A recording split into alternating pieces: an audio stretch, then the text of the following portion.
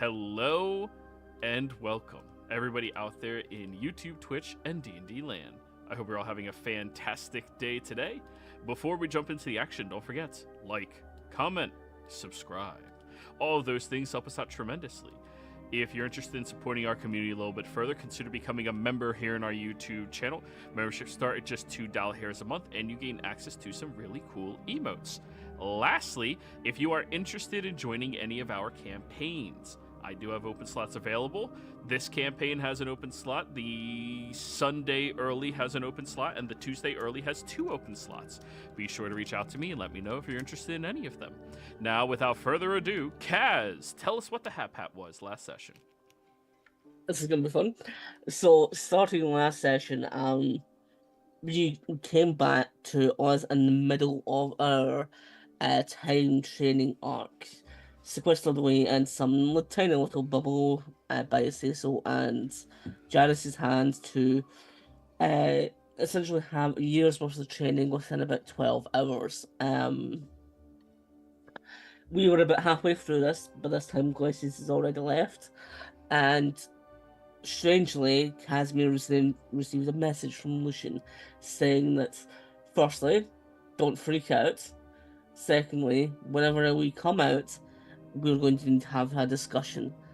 And he wants it to be a calm discussion, which overall was a strange thing, considering he shouldn't know where we are and what was this discussion about, but he couldn't elaborate at the time.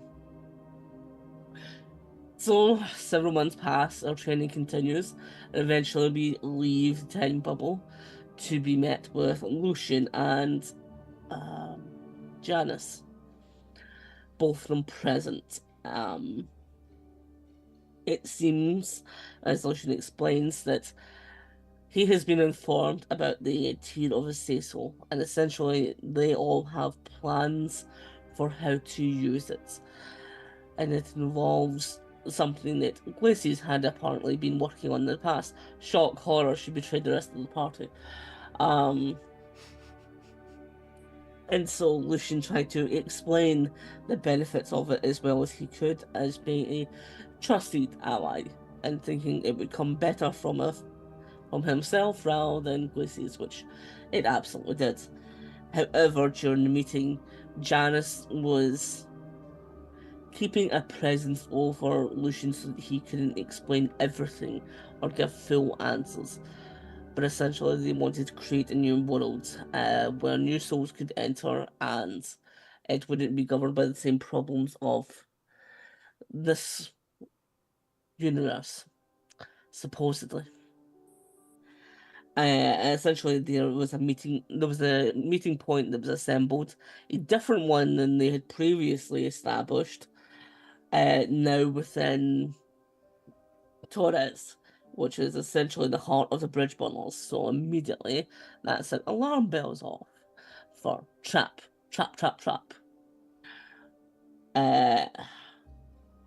After some conversation, some reluctant agreements, the party decided to leave regardless, because they were going to have to deal with this one way or another. And were led into a tent in the middle of the bridge burner outpost, only to be met with Glacius, quote unquote. Glacius then presented a brilliant plan, of course, totally, and conversed with us about this idea only for dun dun dun. It wasn't Glacius, instead there was more deception at hand, and really it was Glacia. It was Glacia, in a disguise of Glacius trying to convince us on this idea. They're doing well so far, aren't they, with all the betrayal and backstabbing? But piece by piece, everyone came assembled. Essentially, it being about half fiend, half godly entities that would make this up. That being Lucian, Gabby, Ares, Glacia. I can't remember the other one. Belial. And Lauren. Glacius, whatever you want to call him, backstabber and traitor. But the demon, I mean devil. The demon, yes. Discussions unfolded, various pieces were pushed back on, and an agreement was not exactly met.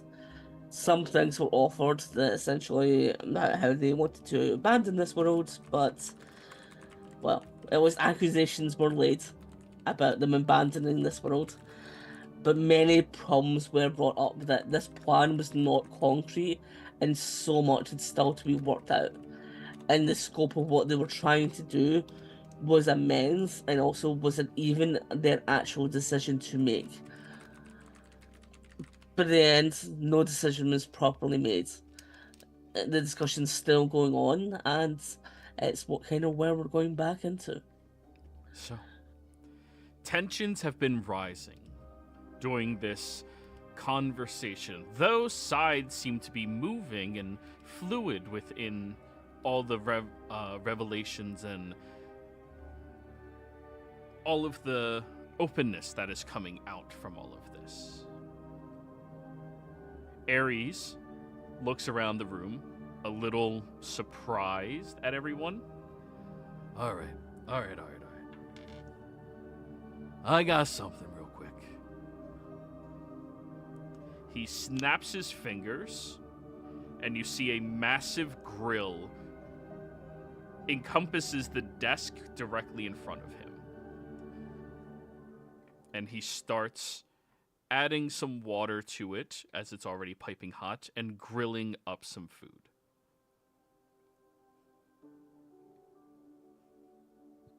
Do you really believe it's appropriate time to be barbecuing?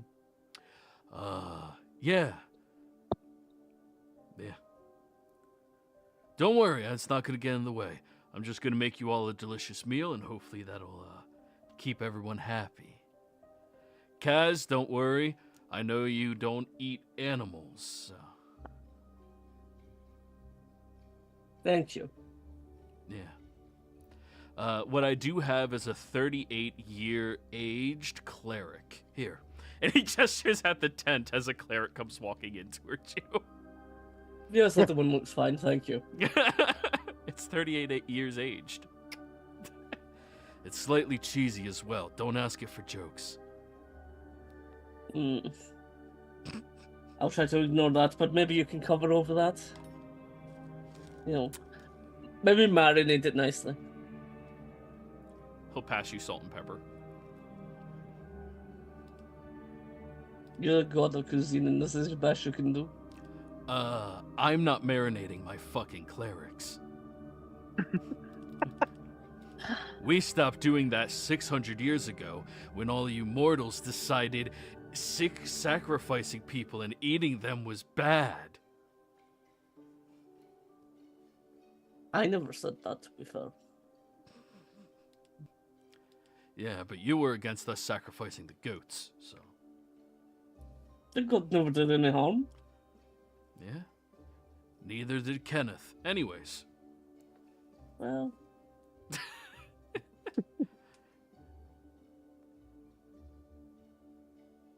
So, he starts serving out some barbecue to everybody. Very lightly fried meats that are perfect tasting. Just to keep everyone a bit more satisfied. And content. This is his version of calm emotions.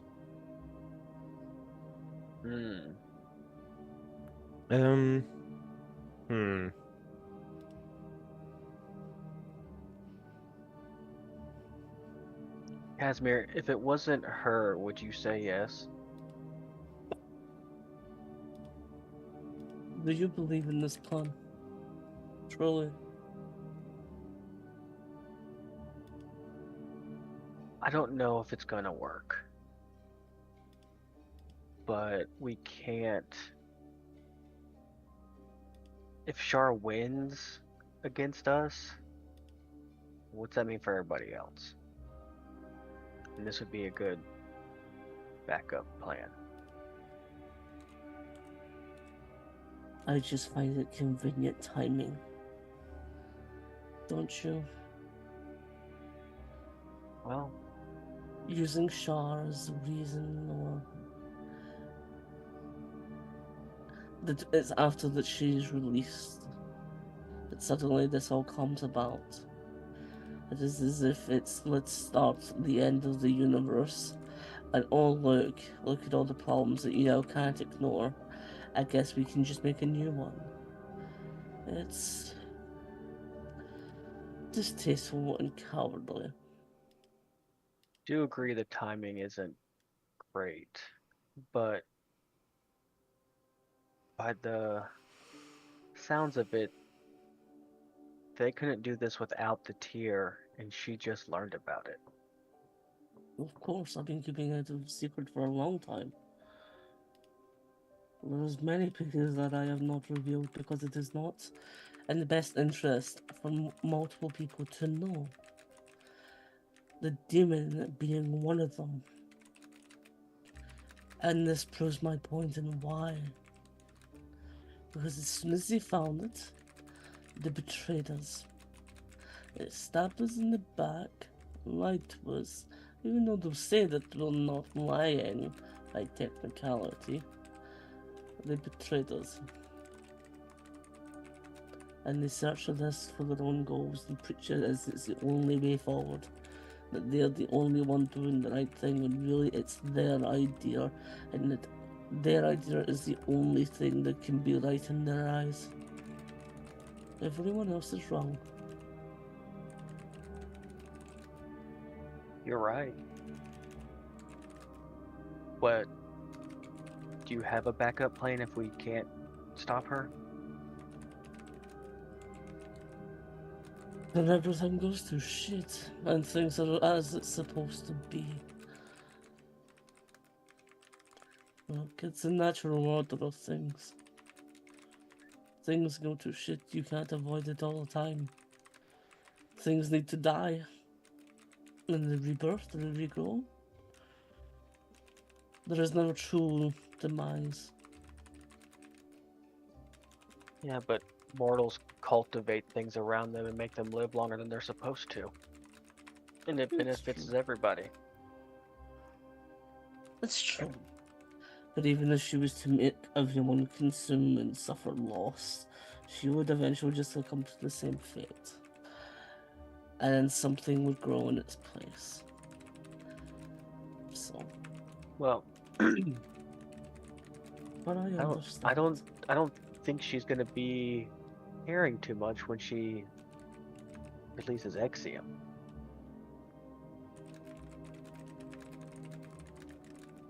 It has been a That's what- threat for the entire universe's duration. It will always be a threat. If it happens and it ends up being the end of the things, so be it. I'm not saying that I'm one for destiny or fate, but eventually inevitability is always going to happen. I try to escape it all so much, but I don't know if that's a possibility. They preach that everything will be perfect. Well, not perfect in this new world, but that it'll escape all its problems, and I doubt it. They're taking... At the end of the day, what they are taking is still the things made from this being of creation. It will still have imbued in it its will, its essence, whatever you want. You'll never be able to purely extract that because it was created by that. If you're saying that things are flawed because of it, it's always going to have it.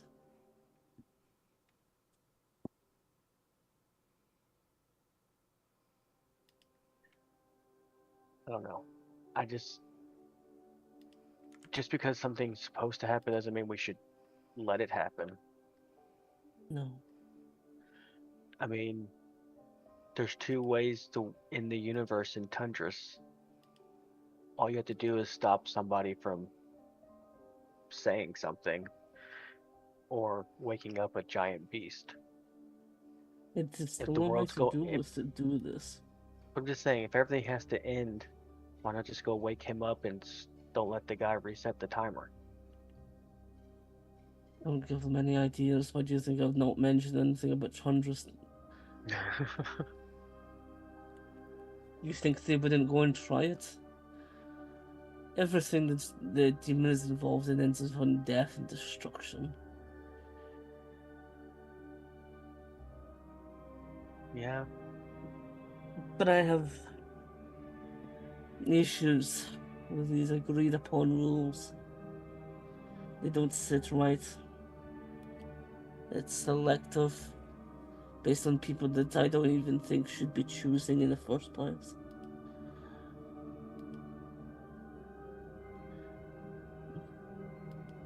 Lucian, Yeah. I think I need you on this as well. Okay. Do you truly believe that this is the best way? The best way?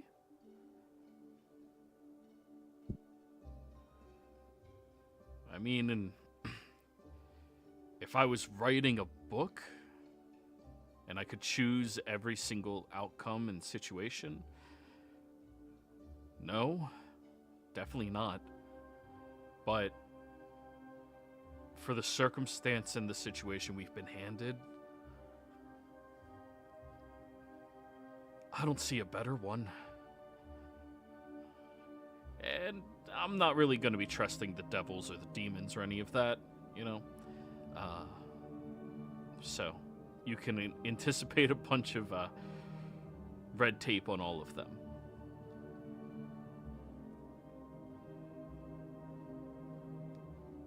How do I say this? How do I say I don't want to say this properly because I don't actually think I believe in it. You became a god, and from what I understand, there's a limit to what you have when it comes to free will. Yeah. A large How much do you think that affects what you believe in right now?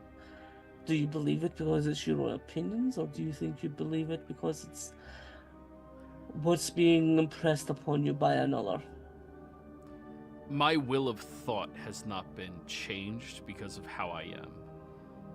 My will of action has.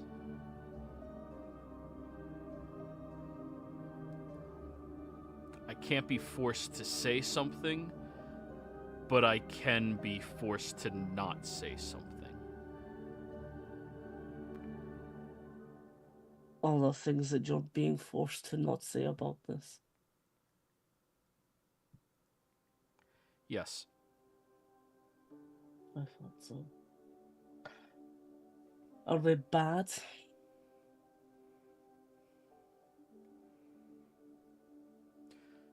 Not for you.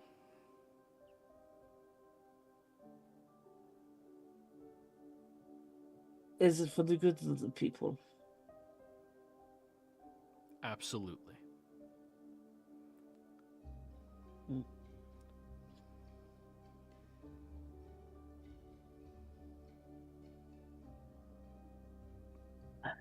I should have the responsibility for this shit. Yeah, that's what I fucking said.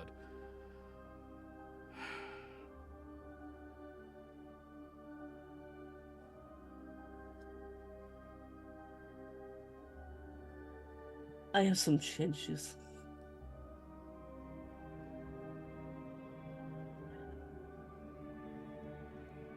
I liked the idea of reincarnation that was mentioned. I think everyone should have to go through that process. As in, anyone that transfers over should probably be essentially a clean slate. Gabby raises her hand. That's a little difficult. We do need people to take care of the reincarnated. That's kind of what the saints thing that I was working with. Well, I mean, we can name them something different, but like the caretakers of these new folk, you know? Paragons. Herringons? Paragon. Paragon. That makes a lot more sense. Sorry, your phone made it sound like you said Haragons and just rabbit folk everywhere. That's why everyone gets reincarnated. It's just the realm of rabbits. No, we're not having a furry universe. All right, so paragons. Perhaps let things take its shape. Let's. Okay, out of character. How do I say just about like. Oh, fuck. Like real world, like. Noah's Ark.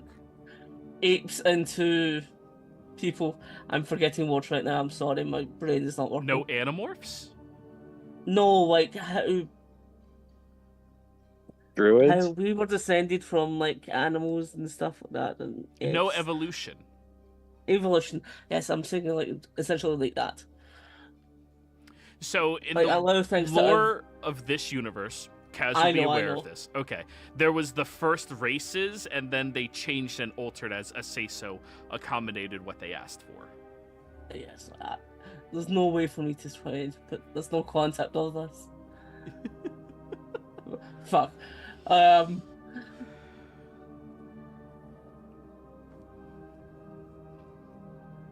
But if that needs to be, then allow it for only the first generation or so, and then allow them to sink back in. But even by then, their biases, their grudges, their traumas that they've already held from this universe will be set in. It will take a long time, if ever, for them to ever weed out of people. So I don't know how that will properly work. It probably needs something that's a larger discussion, but I think the reincarnation route is a good idea. Yeah, I like But that a lot it's- for the souls especially. And this is where the second part of it is. I think I want you to offer it to everything.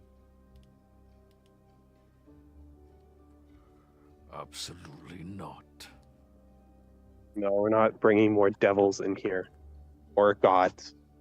Or demons. Or fae. No fae, no demons. I'm 100% on that train as well. Everything will go through the cycle of reincarnation. They will not, they perhaps won't stay as they were, or be blessed as that. You can change them.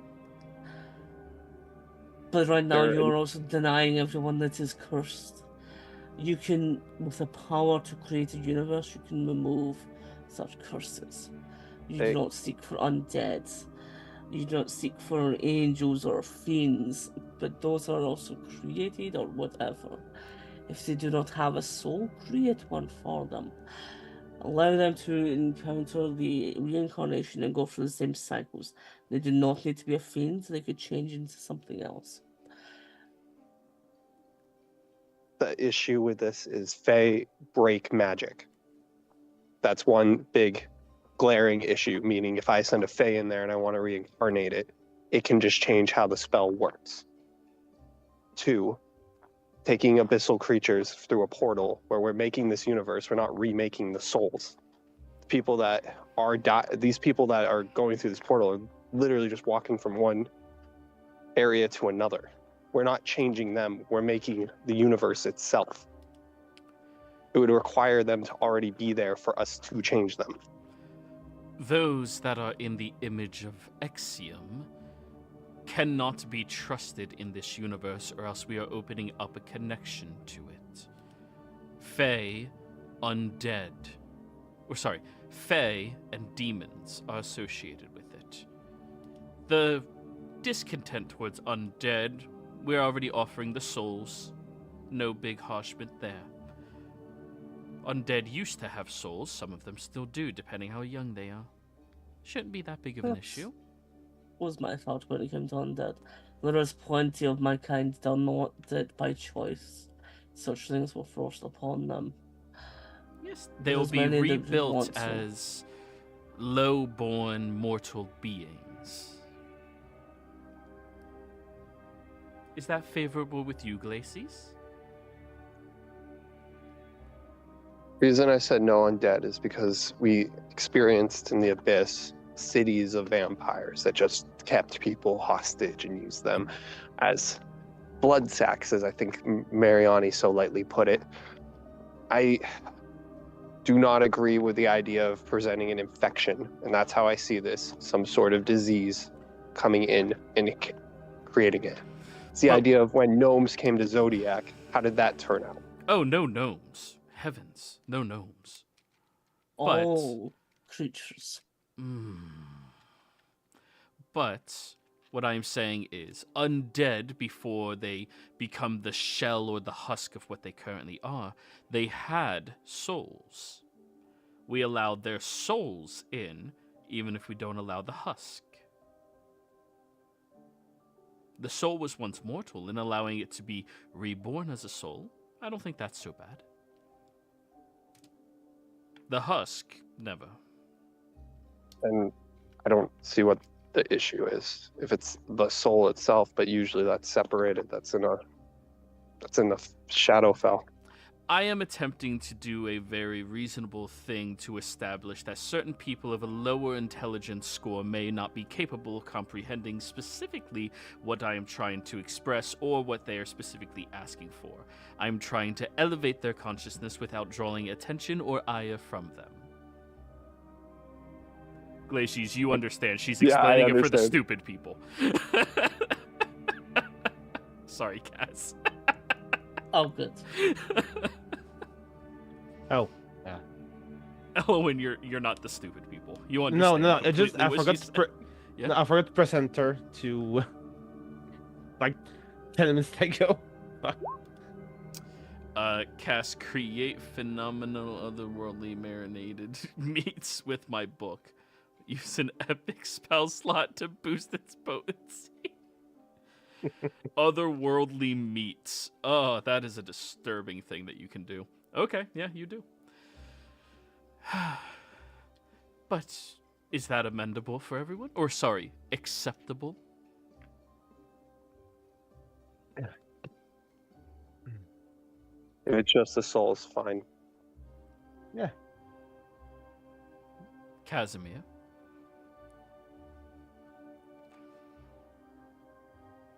Those, yes, but I And suppose I would prefer it to be expanded a little bit more. That any being could have this choice, but it would essentially be cleansed in the process. if we allowed fae or demons in, there would be a connection to Exium.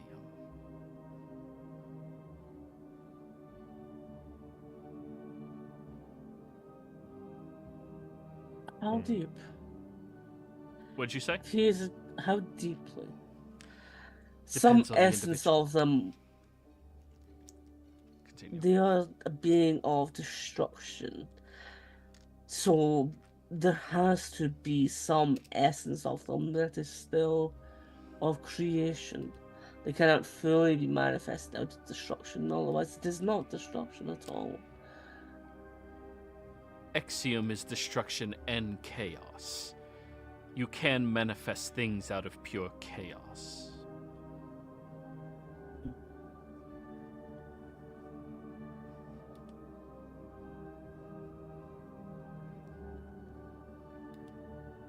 Shall we put it to a vote then?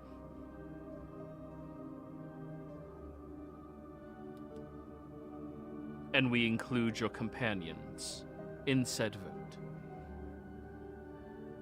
I'm trying to understand the reasonings. I understand the not Exium, but I would probably like it expanded that if a fiend decided that they wanted to accept this and essentially lead a mortal's life, or if a soulless being decided to leave this world and to get a new chance, they could, even if it meant being created as a soul. Well, I accept fiends.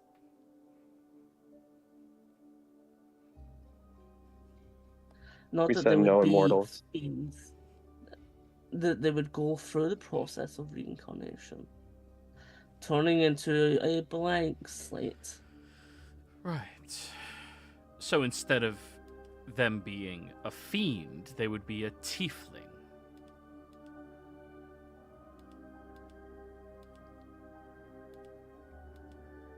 Something with the fiendish legacy, but not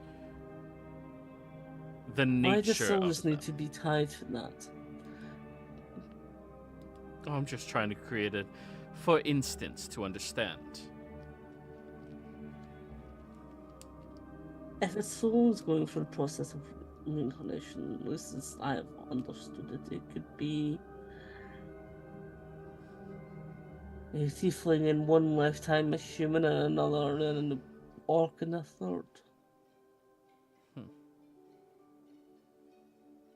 Interesting. Essentially, allow the soul to manifest as it would, or allow circumstances to take shape and for whatever it feels attached to. When the moment is right, it attaches itself.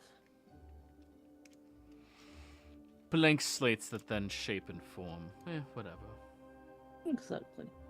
No Something to that structure. extent. No consistency, no structure. Who wants anything like that?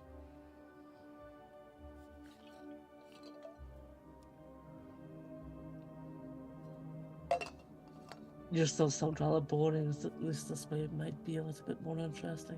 Yes. Thirdly, and this is something that I don't know. How is this? To what capabilities would you be able to maintain a connection between this world and this universe and yours? Oh, Lucian speaks up. I can actually answer that one. So, in order to ensure our safety and our monitoring of that, we would have to create a very hyper-specific circumstance that would allow us to communicate with it, but only after set period amounts of time transpire. Enough for it to be connected to this time, but also for us to experience our own. Since the speed that we are going to be moving, the differences of time between the two realities, my suggestion would be once every 100 to 150 years, there will be an overlap between the exterior of our universe and this one. That only under a very specific ritual would you be able to transport yourself, but under a easier ritual, communicate through it.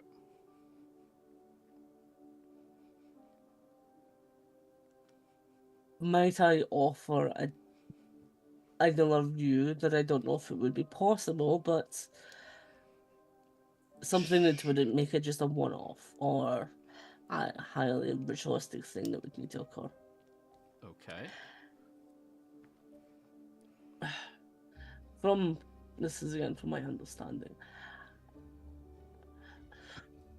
When a being dies and they are sent off to the afterlife, they are ushered through the Shadowfell before going to each deities that they believed in's own realm, so to speak, or afterlife. Right? Yes. There's a bit more. Yes, let's go with yes. There's a bit more depth. It's very Yeah. different level. Let's just say yes. Then how about this becomes Vindir's afterlife? For those that would seek to worship or pray or fall into his beliefs when their time comes in the future, they will be given the same choice that the others will be given whenever you make this. They could stay in this world or they could leave for another. One without gods, one that they were promised. And they could go and start on the cycle again. So reincarnation. They could leave from this universe to yours. Through him being a vessel. His teachings are about the gods right now do not do as they're supposed to worship.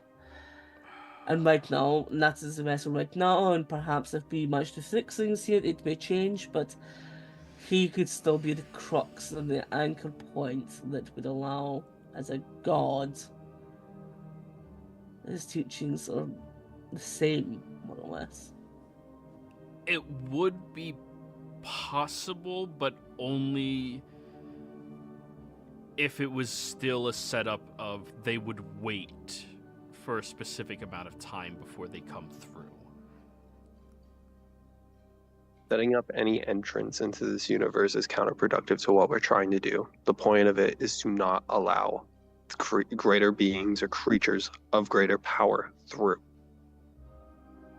If we start allowing things or leave a portal up where they can just walk through, what's the point of making it? Yeah, there won't be a portal at all. The entire point of my security is that we still have that connection if it is necessary to know if they win or lose, while also having complete control over anything that comes through. That's why it would be every 150 years for us inside, and out here it would be... Actually, probably if we were doing it that way, them to us, we could make it 1 year for us inside, every 10 years out here. So every 10 years there will be a specific day where new souls can come through, and we would have the paragons to take care of them. Then deal. And only I souls understand. checked by us would be allowed through. Sorry. No. I'm such a stepping on your godhood a little bit. I think you play a very vital part in this. Zip up. I mean, we don't worship. We worship an idea, and if this new universe or new world is going to be what they say it is, then everything should line up properly. But what it means is that the ones on this side are not forever forsaken should things not go this way, or should they not agree immediately. Yeah, I know what you're saying. I don't have a problem filling that role if that's the role you want me to fill. I think you would be good at it. And I think it aligns with your principles a lot. If you're essentially being that, it would mean that anyone would have to fully devote themselves to you, to that cause, to your belief system, by the structured nature of what this universe already is, that it would need to be true, because I don't believe there's any way to force themselves in. And it means every 10 years, it would also give you time, I suppose. Yeah, change their time to mind. review over the... Yes. Yeah. But also time to just review the spirit or the soul, the ones of the past. Are So they you want me worth to it? act as purgatory? I don't know. Sounds more like the river Styx to me. Perhaps a little. The, Vindir, you can call it the airways. Don't Fuck have you guys, barbecue it's to work funny. on? Yeah, here, have some. And he hands you an entire rack of ribs. I no longer need sustenance. Need and want are big differences, bro. I know. You could do with a little bit more bulk to you, your skin and bones. You'd be a lot stronger if you ate some protein. I got a blank. What's the name of the NPC again? I just got a blank for a sec. You got a what? I got Ares. Yeah. I forgot his name for a sec. Can you cook these and just hand the Otherworldly meat. yeah. Yeah, of course. He just throws it on the grill. Yeah. Asking me if I can cook something. Of course I can fucking cook something. Cook anything I want. And I'll send some of that to the narrator, of course. Can you cook fake dragon? Oh yeah. I'll take a step back. You're sitting at a table. But yeah, you scoop. I'll cringe. Fair enough. But Is this all... Was that your last demand, Casimir?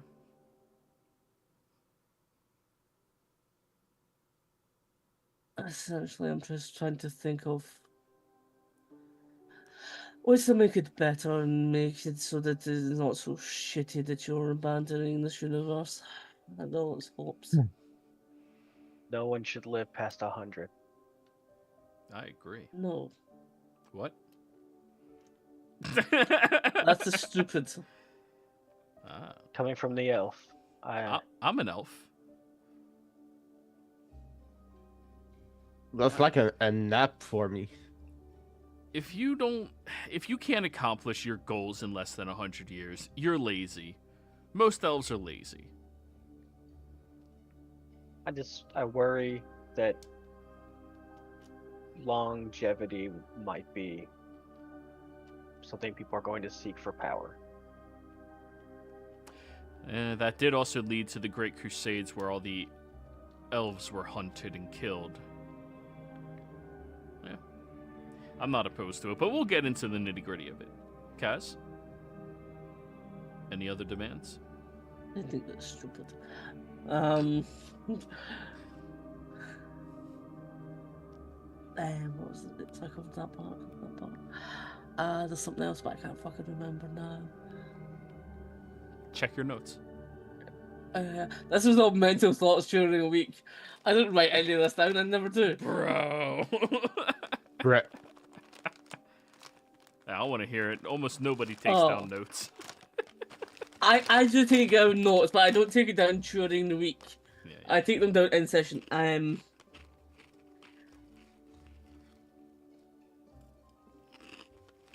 I wanted concrete that this power structure or whatever dynamic you're going to have between the people that are going to be in power here is unbreakable. I do not trust many of the ones that are on this list. Yeah, that's one thing we almost all agree on is the power dynamic needs to be evenly distributed and unbreakable. Yeah.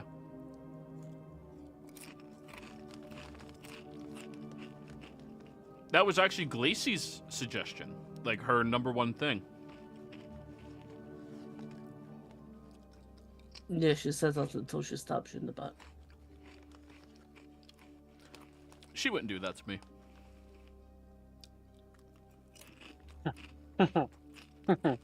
She'd shoot me 3 times. Actually, you have shot me 3 times. You were a rock, Sasha.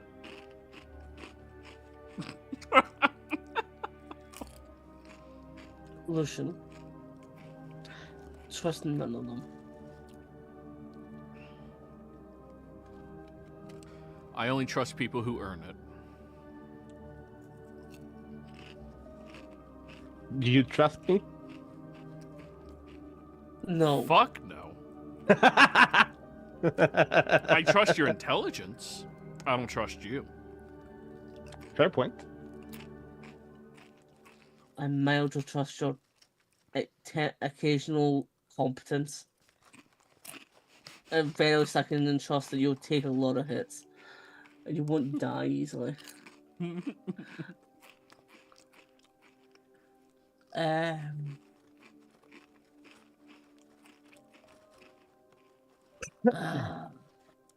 Fuck it. Do what you want. Not my fucking responsibility.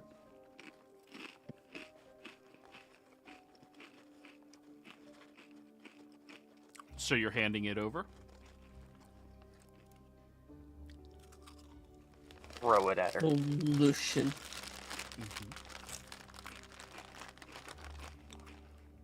I really hope you do not fuck this up. And if that's where it goes to shit because of your decision, shame on you. Yeah. I'm going to trust in you that you're doing the right fucking thing.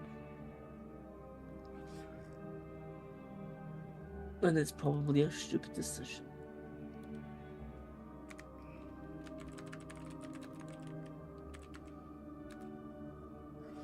Yeah, that's fair. I hope I don't fuck this up either. Well, no time like the present, huh? And he takes the tear and begins channeling the first responsibilities of a brand new universe into it. Alrighty, guys. So, we're going to be doing something a little different today for the rest of our stream. Let's first alert the rest of the community. Unfortunately, I gotta go in like 5 minutes, guys. I'm sorry. If you have a way to text me your specifics that you wanted to integrate, please do. And of course, watch the VOD during the week, and this won't be done for 1 week. Okay, cool. Yeah, if you want me to have input and stuff and like actually talk on it, I'm free any weekday. Yep. Sounds good. I just Okay. have one. Take it easy, guys. Oh, Yeah. he's leaving. Yeah, he's I leaving. just Yeah, said- what's up? No, I had a question for him, but for no, he had this input for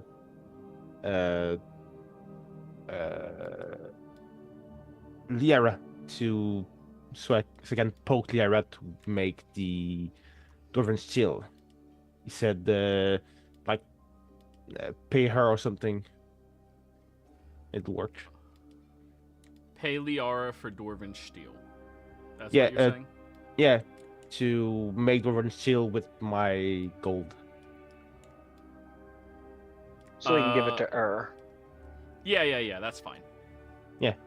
You can And I'll poke her and let me check how much I get. How much gold would need to make her skeleton? Probably like 50 million. 50 million? Yeah, shit's really expensive. Damn. Mm-hmm. Guys, you remember how much we spent for that coin? It was like 25,000. Yeah. So you And it paid was like like a tiny coin. yeah, like the shield. So Earth paid like a minuscule amount for the Dwarven shield. Then. Yes. Oh yeah, he does have Okay. that. Yeah, because it was a third of the thing. So I would need 2/3 of 50. Evil little shits. Okay. Sorry, what was your last thing? Yes. Somebody said evil little shits in chat. So we'll need 2/3 of 50 million to make the skeleton happen. Yes. Okay. I don't have that much though. Not yet. Not yet. One day. Yeah. All right, we're going to close out chat. Alrighty, guys, if you can check out in the Friday game, there's a new game designed for you guys to join where we are actually going over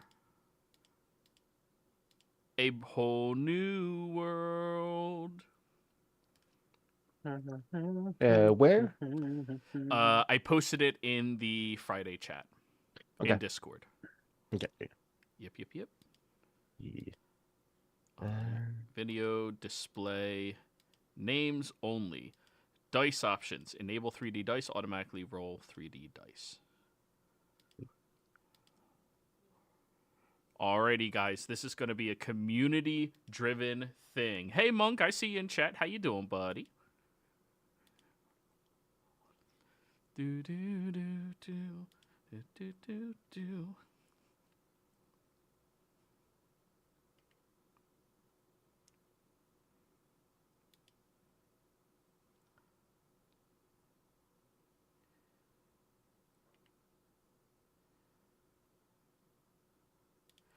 All right. Handout number 1 is going to be called The Spark of Creation.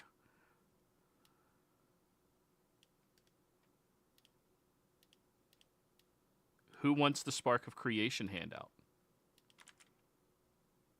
Sure. All right. All players can see. Crows can edit.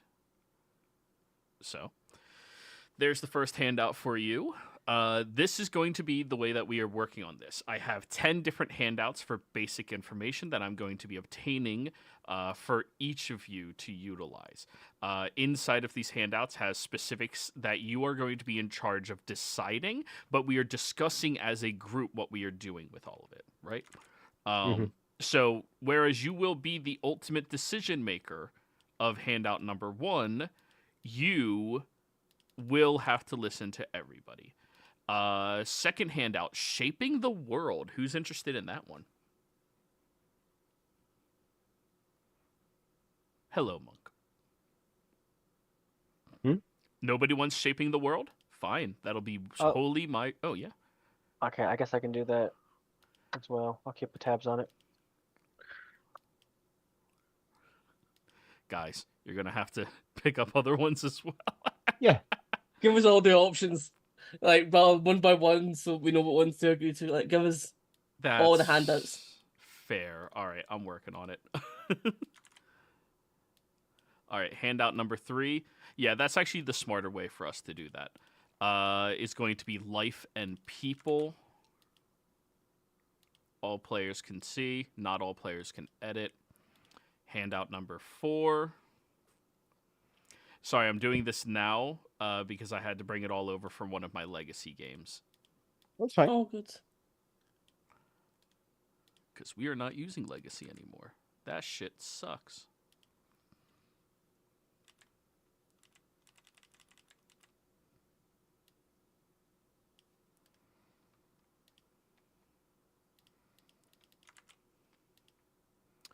Handout number 4, Magic System.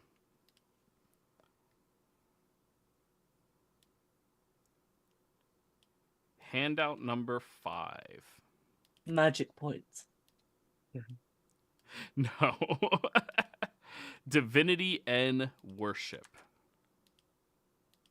None? Question mark? That is an option. That is 100% an option. We can be a world with nothing but cults. Very true. Are we doing this as players or are we doing this as characters? You are doing this as players / characters. If you want to be really beholden to what your character would do, you can absolutely do that. But also keep in mind, this is for fun. Do it how you see fit. Handout number 6 is Conflicts and Power.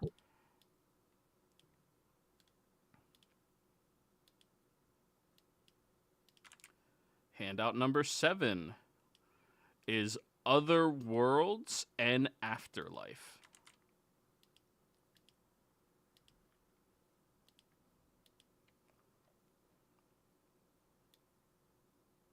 What I will say is I do want at least one world to just be pirates.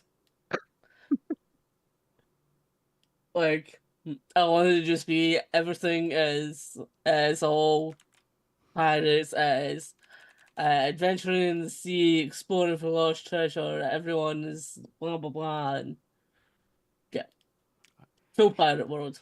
Fuck it, why not? Handout 8 is Cosmic Rules. Actually, here, I need music playing while I'm doing this, so let me open up some music. You guys can listen to your own music if you want.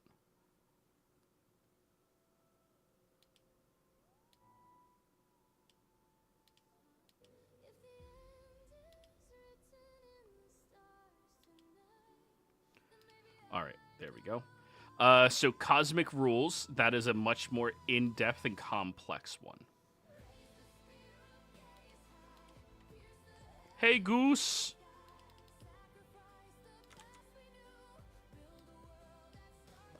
Handout number 9. Factions and Civilization.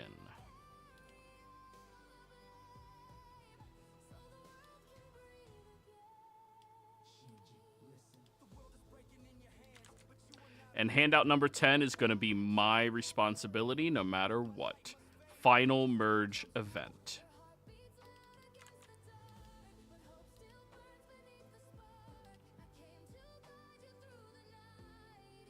9 is not visible yet. There you go.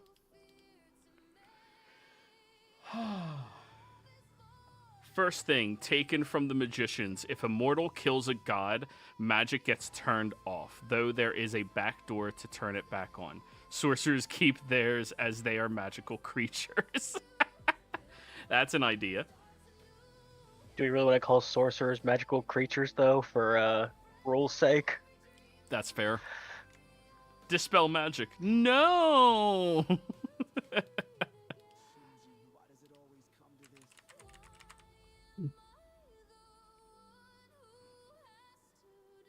Nah, Goose, that's a good one, actually. I love The Magicians. One of my favorite shows.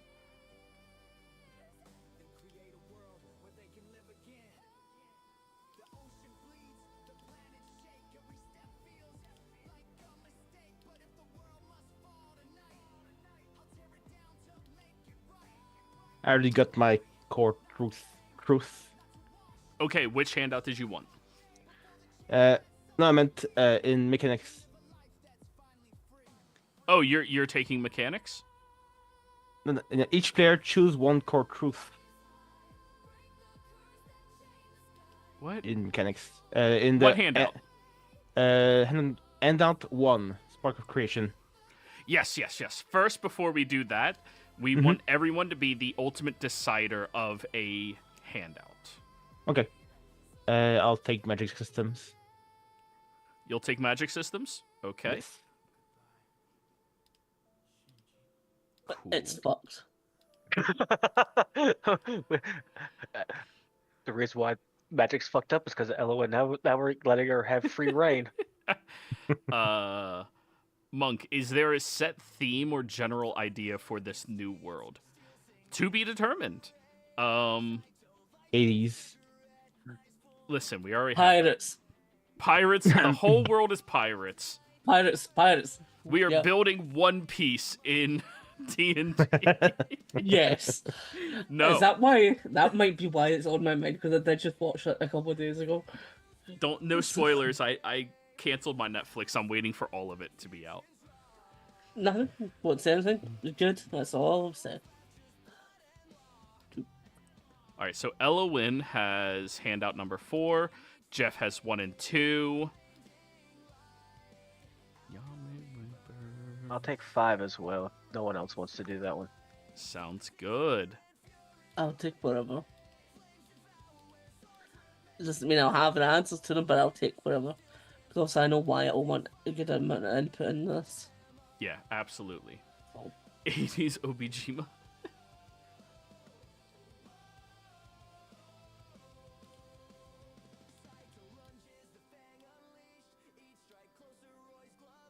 I can take 7 and 8 other planes afterlife cosmic rules. Not that I know how to answer them, but still. There you are. To be honest, 9 seems like a Wyatt thing. Fair enough. And 3, I think, is the last one.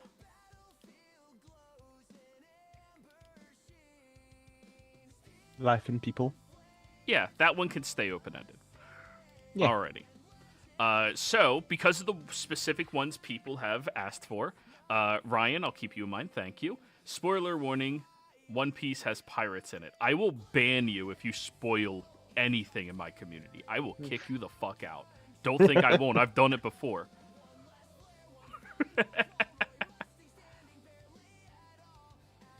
Alrighty, so let's start with handout number 1, everybody. Shall we? Boop. The Spark of Creation. Theme. What kind of universe are we making? The purpose of this is to establish the tone plus the core identity of the universe. Is this universe a hopeful one, a brutal one, a balanced one, mysterious, chaotic? Any type of universal theme you want to be a truth here, we can integrate. Because Loki was bored. No, that's fair. And what is the purpose of the universe? I think we know that one. Survival and redemption. Right? Yeah. Mm-hmm. Okay. Jeff, if you want to delete the other options and just leave it as those two. Yep. All right.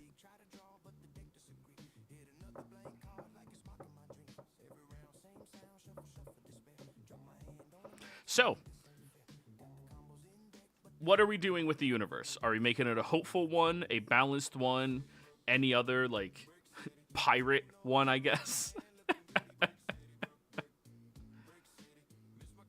I'd say hopeful. I think there's enough war and bullshit in this current world. Mm.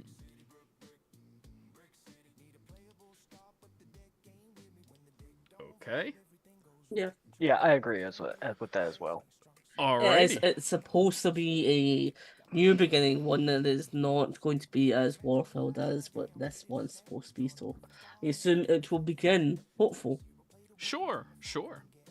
And anybody in chat right now, you can post your stuff too, because you're members of our community. Obviously, your opinion is valid for this new universe we're making. All right, so is this universe hopeful? What is the purpose of the universe? Survival and redemption. Next is the mechanics, the core truth.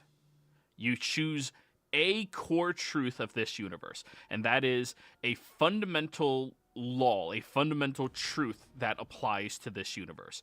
A one-sentence thing, try to keep it less than, like, I'll say 7 words, okay? And people in chat, post anything you guys want to post as well.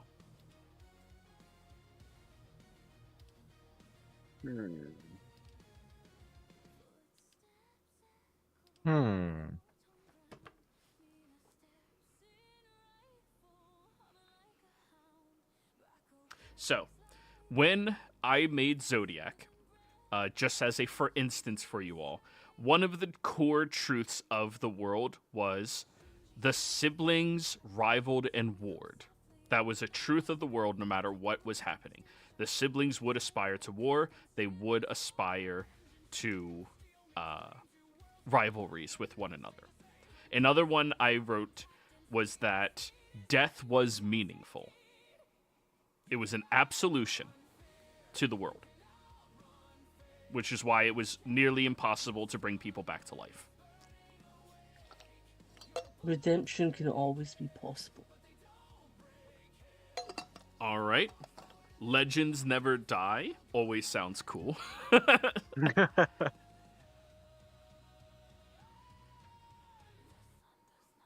Legends never die.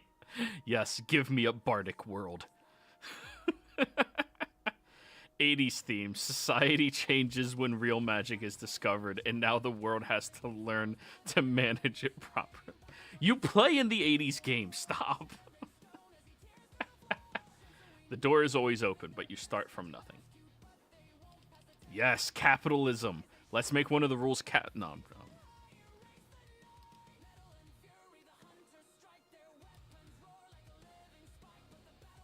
So, Kaz, what was the one that you said? Oh, now you're making me remember it. I was looking at all stuff. Legends never die.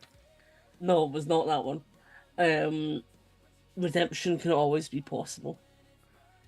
Type that out in chat.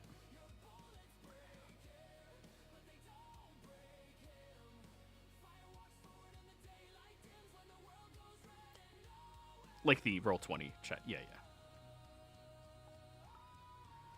No Roger Rabbit. We're not framing anybody. No gods, no masters. Ooh. I quite like that one as well. Well, you get to choose one. Life has its limits, and so does those bound by it. Life has its limits, and so do those bound by it. So death has meaning? Or the amount of time? Yeah. There's an age cap. Fuck them elves. I'm with you, man. Pretentious bitches. Yeah, fuck those guys. Reindeer's just like Reindeer's just jealous because he's suffering in his old age, whereas I'm like twice his age, and I still look like I'm in my 30s, early 20s. Goose, they kind of already incorporated that into the core fundamentals of the world. Only mortals are being allowed through, or souls. Gods don't have souls, except for the hyper-specific characters coming through, or NPCs. I was actually of the gods could go through, but gods would become mortal. Yeah, I suppose that's good. I was trying to allow that one. That's why I was like, I was trying to allow everything to go through, but if they were to go through, they would go through the reincarnation process and become a blank slate. So I was saying, like, gods could choose to leave their posts to go through, and so could devils. So that everything that was already established doesn't need to abide by it. They could accept redemption, a new path, to be reincarnated and choose anew. I like it as someone who likes to create plot. I like it. Oh yeah, I know, but fuck off things. The limitation was there was to the extent that it does not bring about the end of the universe. Right. Ooh, I kind of like this one in chat.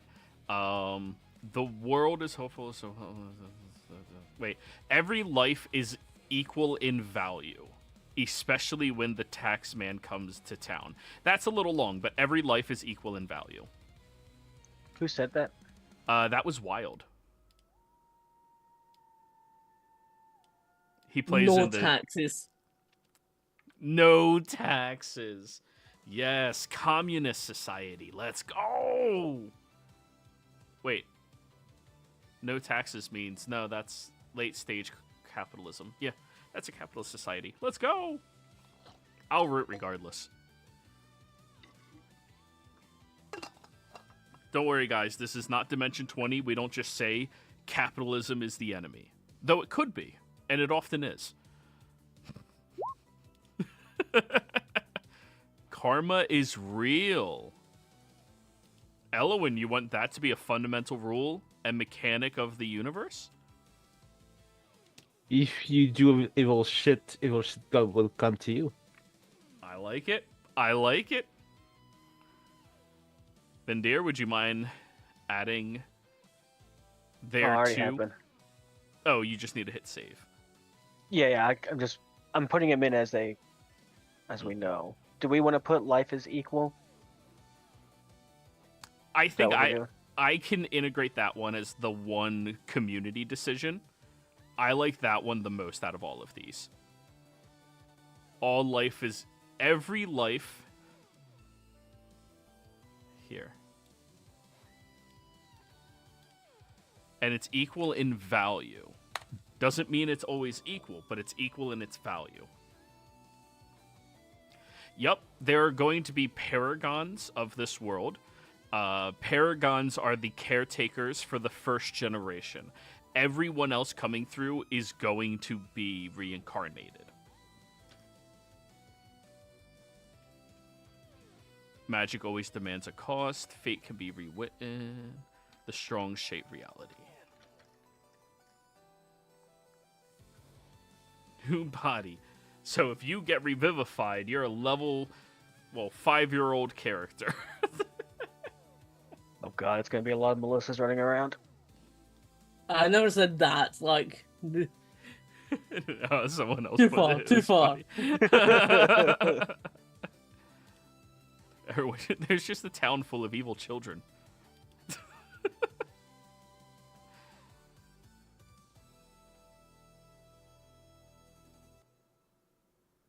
Okay. So Elowen's is karma is real. Jeff, what's yours? Life has its limits, and so do those bound by it?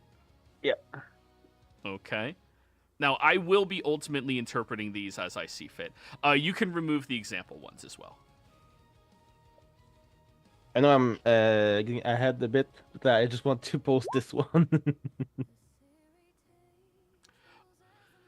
Oh, every life is equal was actually Wild, not Goose. Oh, I just went with... Because Wild Goose's name is Well, wild goose. Okay. Yeah, sorry. Wild is a different person. Simulacrums or equivalent cannot exist. That's boring. Let's leave them in there. I'm going to nix Nah. that one. I want them. They're fun. No, I was just joking about me always poking in Simulacrum. Gotcha.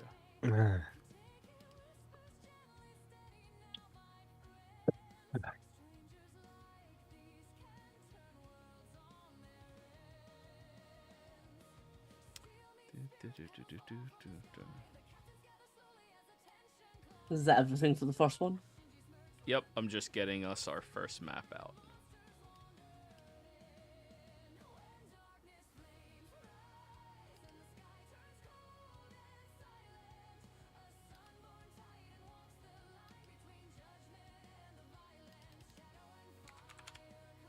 $28.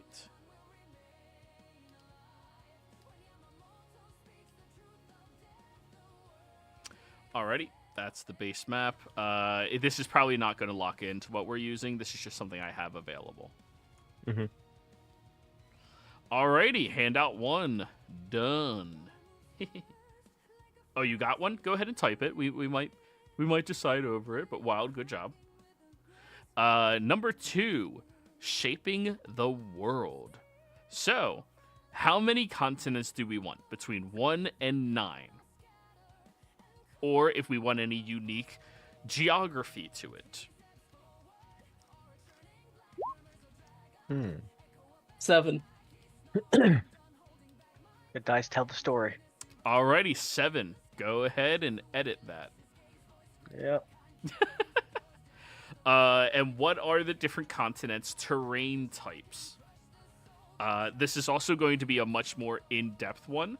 So we are going to have to come up with names of these different continents. America. No, that's the 80s game. Stop. I know.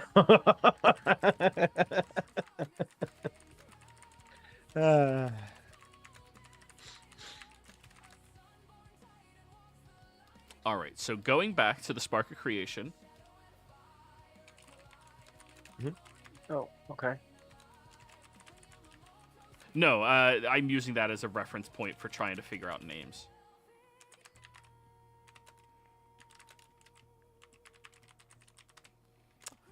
Alrighty, so the world is hopeful.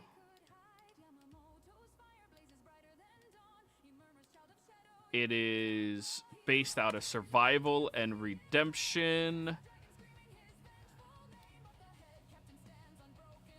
The mechanics, the core truths.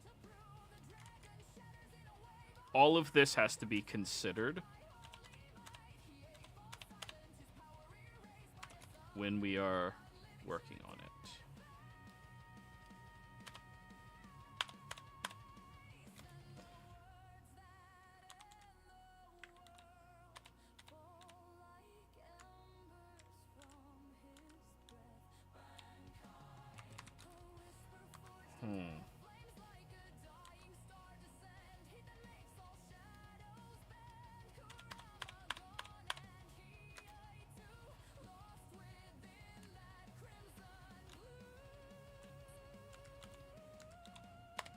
So 7 unique names.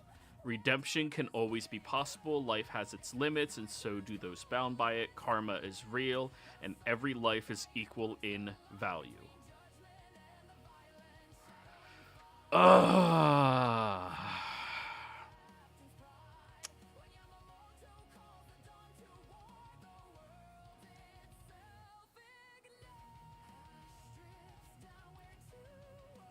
Do you guys have any names, or do you want me to do it? I'm considering a few. I'm just Okay. trying to look through and see if anything sparks imagination.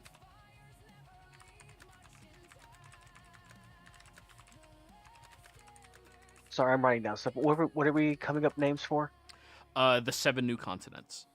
Oh, okay. Mm-hmm.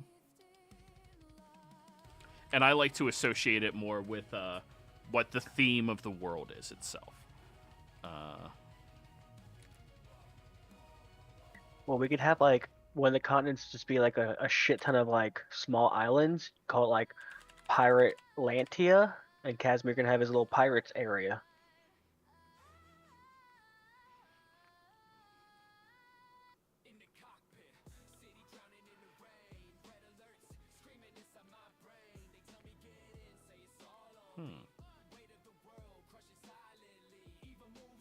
Pirate Lanthia. I'm just throwing ideas out.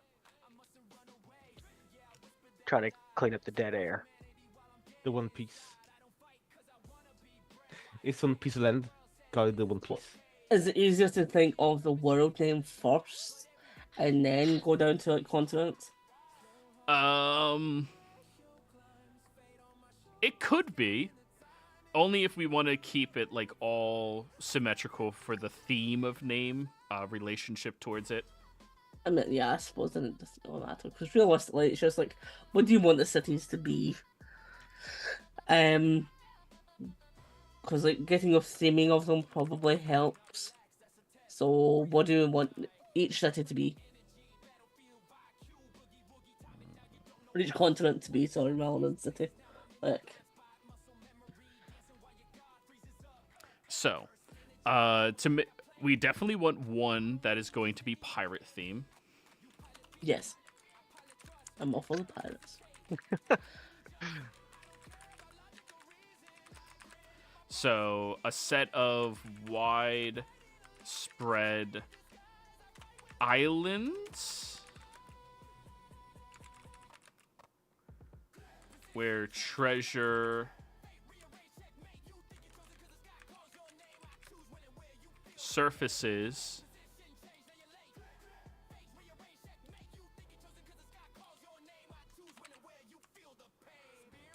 let's say treasure surfaces during extreme weather.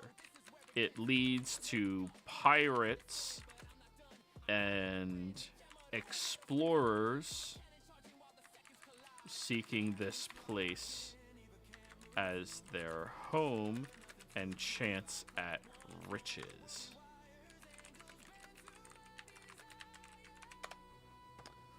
Do we like that? For like the description of it. Yeah. Yeah. Okay.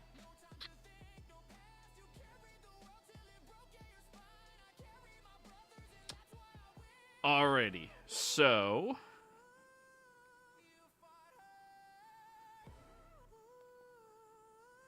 oh, the Aura Clash Isles. Ori being gold, Clash because of the storms and conflicts, and Isles. Or the Fortune Break.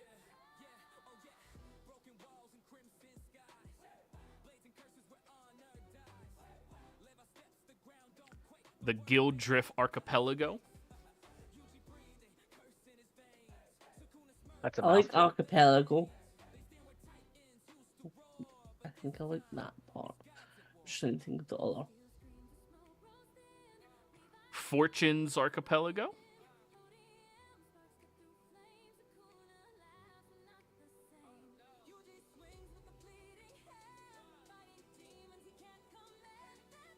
Riches Archipelago. You want these to be dangerous pirates or not dangerous pirates? Oh, that'll be purely dependent on the people. We're not taking away free will, so. You don't call them like the bloody archipelago. Like Treasure Planet Pirates. Treasure Planet Pirates. But without like the tech. Dumb the tech down a little bit. Oh, what about alliteration? The Ori Archipelago.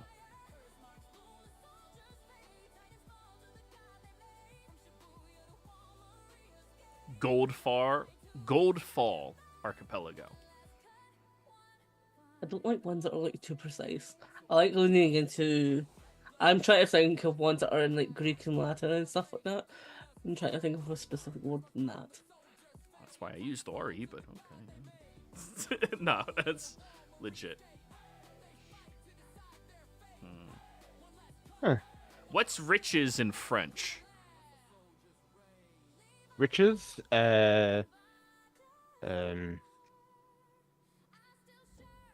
Delicious. Can you type that out for me?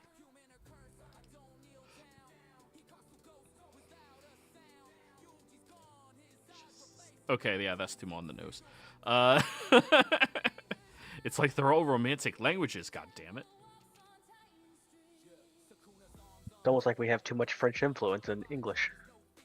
We.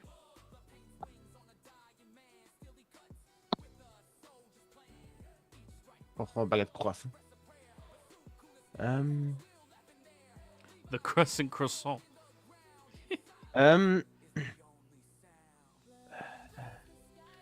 I want to create a landmark would be...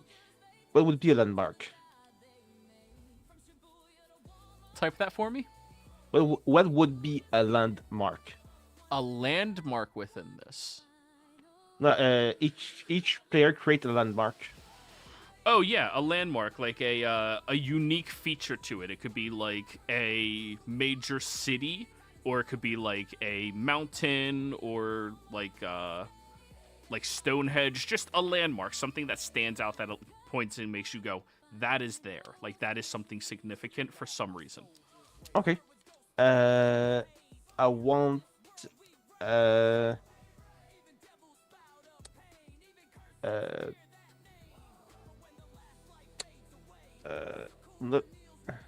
not a continent, but a huge flying island. So one of these quote unquote continents could just be floating flying islands. Yeah. Like a tier Yeah, I think that'd be system cool. of interconnecting ones, or like just one big one. One big one.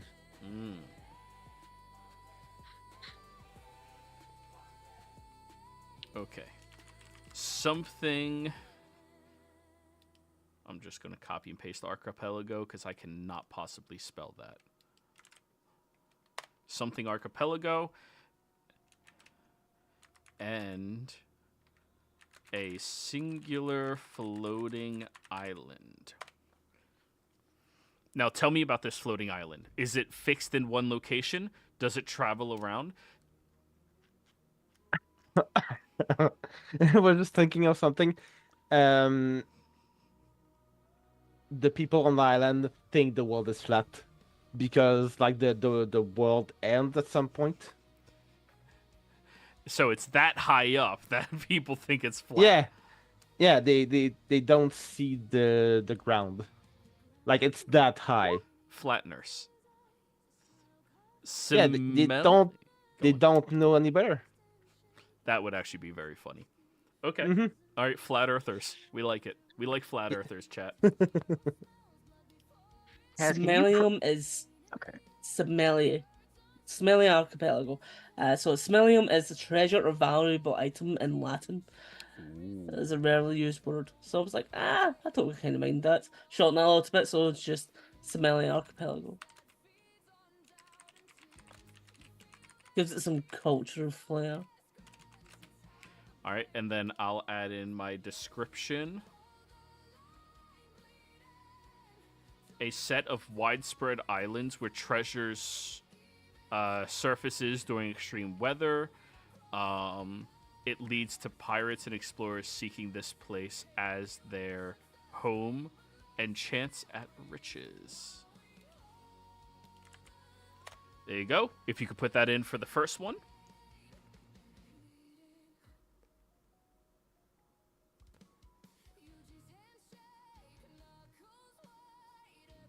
I'm heading to that flying island as soon as possible. Hell yeah. All right, now let's start working on the one with Elwyn. So you said a singular...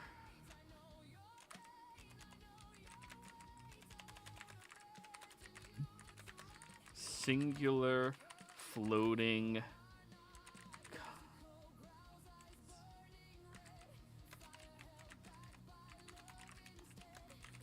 that is so high up, people believe the world is small and flat. Also, like Does it travel around? That's the big thing. I'd say it would travel around, and like it's if something falls from the side of it, it's going to go back to another side of it. So like all the water that goes, like it's you know, So water would Pac-Man go- rules. Hmm? So Pac-Man rules. When you go out the right side, you show up on the left side. sort of, but it flows back. Well, could it work that way?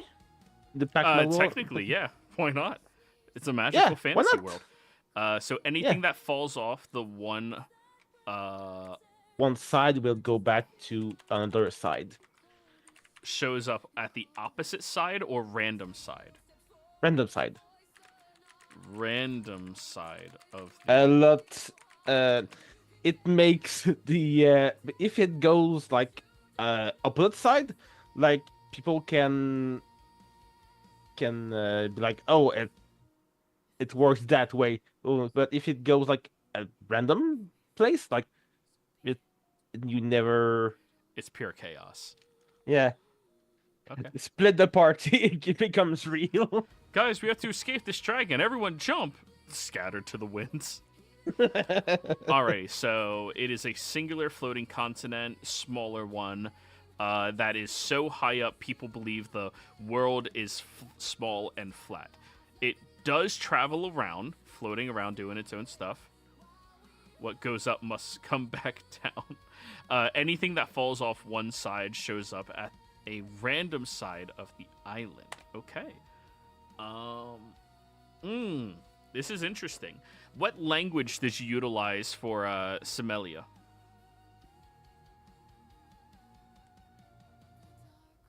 I suppose I should look at languages. If it is a language. Spanish. No, but D&D language. What is Spanish and D&D language? I know you have a few that are tossed around. What for Similia? Orcish. A nose language because it smells. I don't. So, there's Etherfall, Horizon, Paravelum. Those are a few short suggestions from me. what are those? Etherfall. Oh, just creating a whole new language. I was looking up existing languages. Ether is a real word. Horizon, Paravelum, or any other suggestion you got there, Noisy? Hmm. The False Horizon, Luminor Vale, But what are we focusing on? The island. the island, the second continent. Okay. Oh, for the name or the The name, yeah. okay.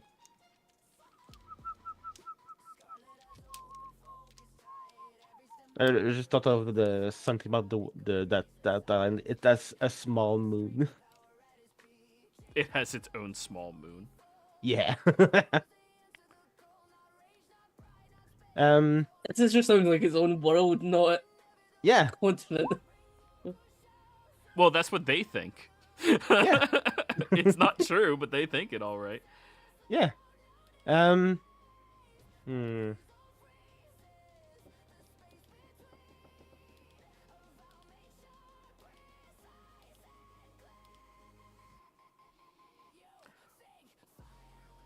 What is the language on the islands?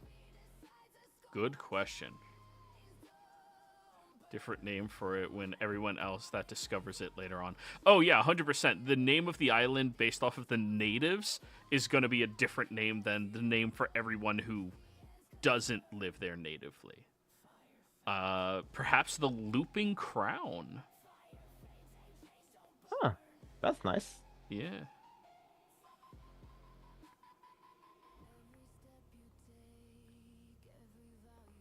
want to do that one? Looping Crown? It's not really the name of a continent so much as like a thing, but that's okay. It does move around. Yeah, and to them, they'll have their own more formal name to it.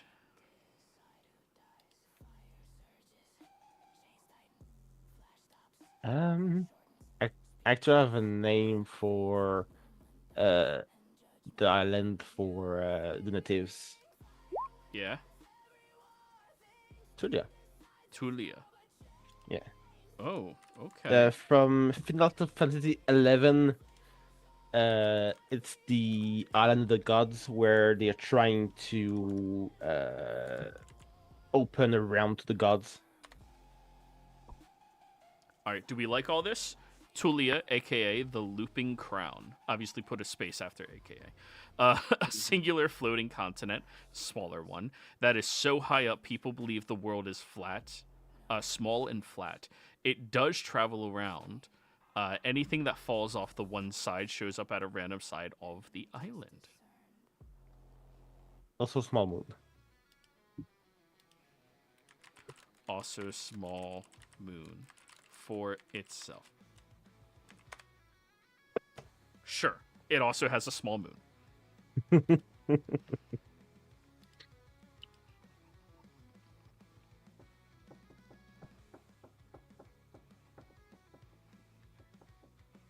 Alrighty, so that'll be the second one if you're good with that. Mhm. All right, That's good. good. We only have 5 more. Because Kaz decided to roll a fucking 7. We don't need to do all 7 of them right now. Like, we can just do it like one each, all right? Jeff, your turn. Yeah. You don't get credit for pirates. Oh, that's fine. That was Elemention's original idea. Pirates.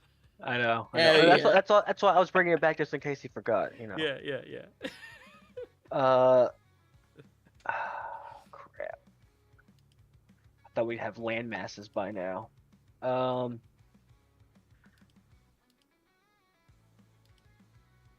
guess I'll make the first real continent then, and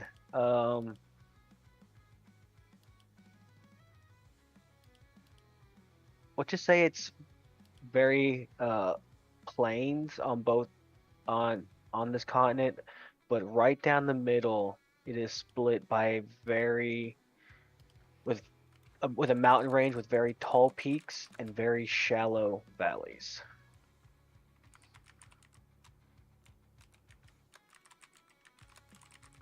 So a normal continent with open plains on all sides except the middle, which is a what? A mountain range A From- mountain range, yeah, from like coast to coast. that cuts the continent in half. Coast Like Canada. to coast. Like Canada, yes. Is this not Exandria? It's basically just Zorhas and the Kind- Empire. Kind of, yeah, a little bit. That's But essentially how they end up becoming enemies. It's just a massive, like, mountainous terrain that splits in the middle of them. So they end up becoming enemies because you're from that side of the mountain. How dare you? Aha! what is here? Is this where like major societies live? Is this where like roaming animals live? Well, since it's our first landmass, I guess yeah, we'll have like a couple major cities. Okay. You don't need to go by the typical. Do what you want. I am. That's Don't why there's a feel giant mountain constrained. range in the middle. And that's why it's plains on the outside. I got a visual. I'm thinking, Yeah. you know, Just flat. yeah, I mean, exactly. Nice and flat. People can be nice and at peace. One thing I will say is if there's only a singular mountain range, there's only one source for rare metals and jewels, which means warfare on that continent's going to be real weird because that means you're fighting in mines. Hey, that's dwarves. They like doing that. Okay, so dwarves,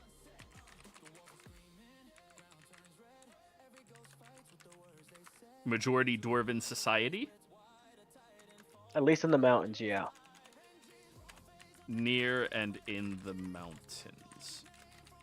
The open plains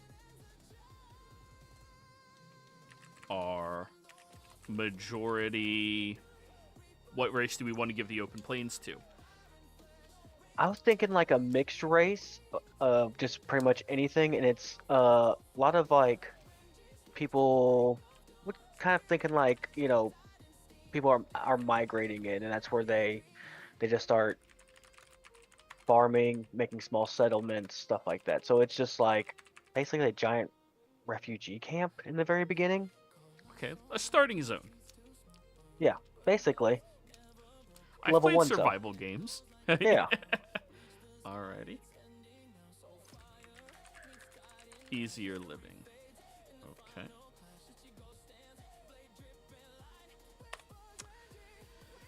Oh, what did you just say? The miner and soldier professions are one job. Yeah. But that's like one of the cool things about the world, you know? Mm-hmm.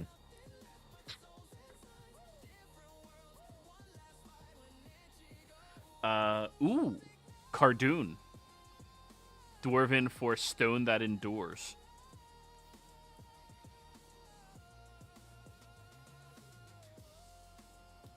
I like that. Yeah. Mm-hmm. We like Cardoon. Well, that's easy.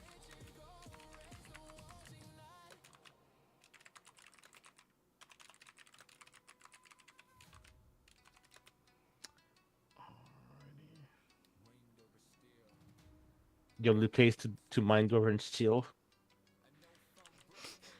You're gonna make it so common it's not even worth anything anymore. No, that would. Actually, yeah, I am gonna do that in this world. It is Dwarven steel, the highest quality steel out there. There's nothing exceptional about it. It's just Dwarven. Yeah. All right, that's the third. Did anybody have a spark of inspiration for the first one, including any of the players in chat? I do have another one. Okay.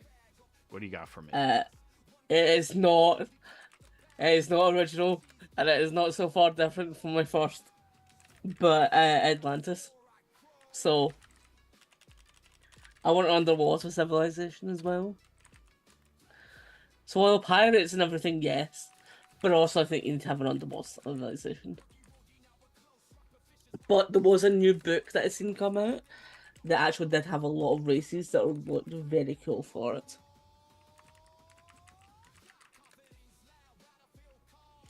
Which is essentially, it had like jellyfish people, it had like axolotl people and everything like that. And they looked very cool, and I thought they would fit in well. Okay. Obviously, it's not going to be Atlantis, but still. I'm going to put this right underneath the Semeli archipelago, and that's Yeah, where sure. the riches that shoot up come from.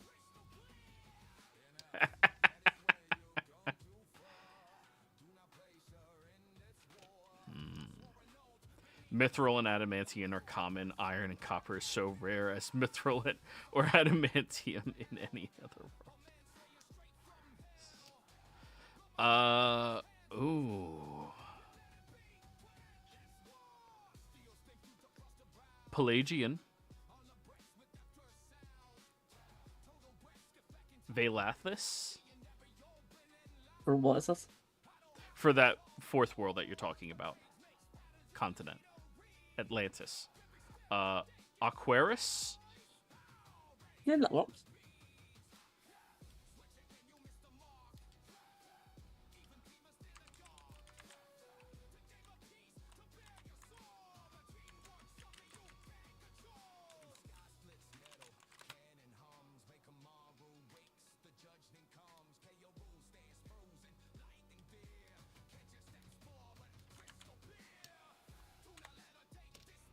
All right.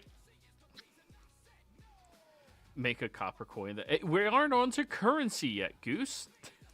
No fucking Electrum. No Electrum. All right, you heard it here first. Agreed. All right, you heard it here Indeed. second.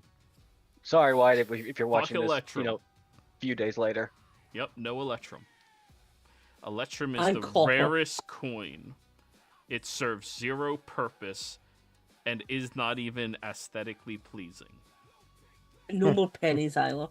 No more Get rid of pennies. the pennies. No I agree. coppers. I'm with you. Alrighty. Are we good on this one for now? Mm-hmm.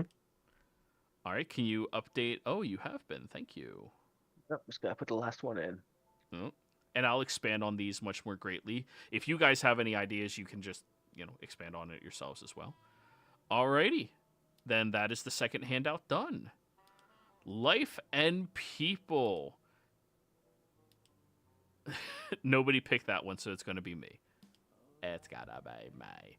But we are going to go on break before we do that one, everybody. We're going to be right back, so just consider all of your options and possibilities. Peace. Mm-hmm. Peace.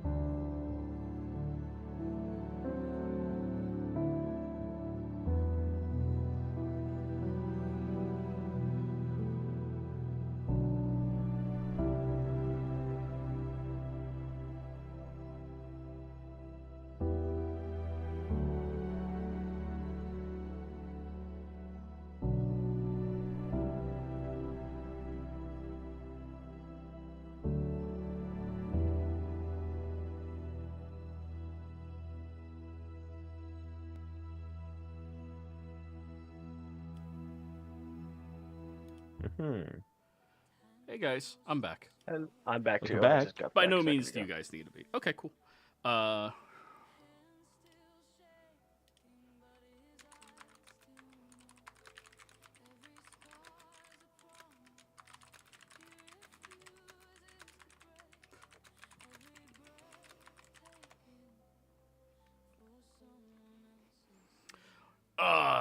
Should make humans the rare race, seeing a story that others will tell their grandkids. Oh, that'd be funny if everyone was a long-lived race and it's just like, look at these humans, they die so often. Like, you'll never see one again.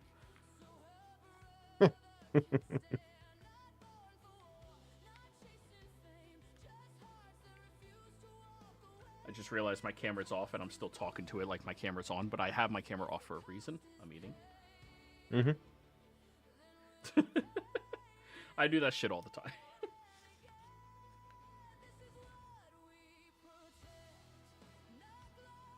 I mean, have the humans be in the floating place, and just occasionally one falls out, and it randomly doesn't get teleported back up. Or So that's why killed. when you see one, it's just like, what are you?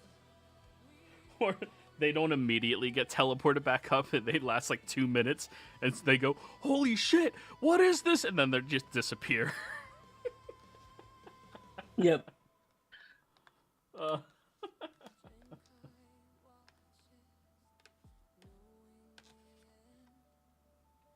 Then there's a conspiracy going around that there's a world beneath them.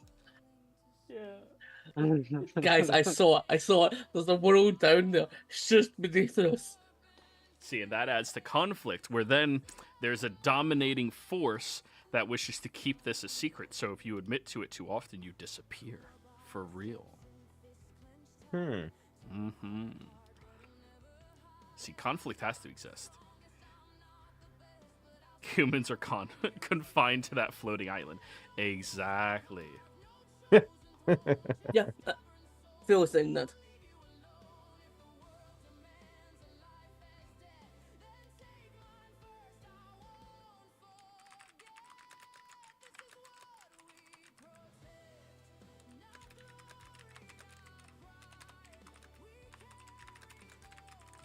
They spread too far if they're not confined.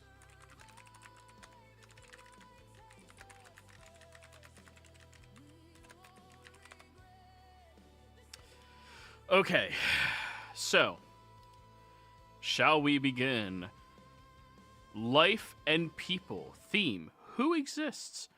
Alrighty, is there any race we wish to nix? Allow me to start. No changelings. Why no changelings? I fucking hate changelings. I think the bottom example is something that we already probably said. Like the souls reincarnate into different species in each life. Yes. 100%. But are there any races that you guys don't want in this world? Dragons. What'd you say? Out of character, I love dragons. In character, the immediate response had to be dragons. And Ares will put in more dragons. Harlow is Yes. offended. I know. Harlow's an exception. Like, he is not the rule. Fuck dragons. Alrighty. So, all others outside of changelings? Yeah, we have- I would like to see more. Like, bring in more of like the third party and the homebrew races. Okay. So, Eriarchy? Oh god. Do you Aren't want- they like the planers? Well, I mean, you guys can have Eriarchy exist here. That's not a problem. Oh, what race is Garfield again? Eriarchy. That's either. Hierarchy? That's what I'm Imagine talking if about. the floating island is just hierarchy. So it's hell. That's what you just described hell, but No. flies. Yeah. Hell with more You know what's- steps. What's better with it's all humans. They spread too far otherwise. Keep them confined. All right, so Ariarchy. Do we want godlings? Well, there's no gods, not really, is there? All right, so no godlings. As of now, Ares is the only god. Mm-hmm. But even then, after things change, it's not really. The concept of it is supposed to be that there was no gods. Like, there's no gods, there's no demons, there's no. What about Dampier? Do you want Dampier? Not vampires, Dampier.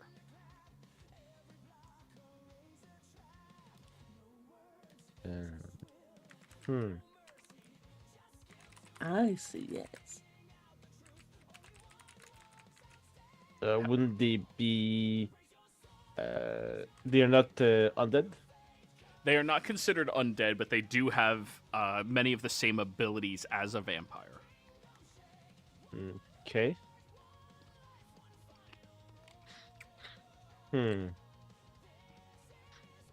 It's what Casimir It's started essentially as. Okay. Yeah. It's essentially, I think dampers are fine. Because it can also just be like they are just creatures that hunger for different things. Like, there is blood, you can feed off of like dreams and life energy. There's multiple different things that dampiers can actually eat.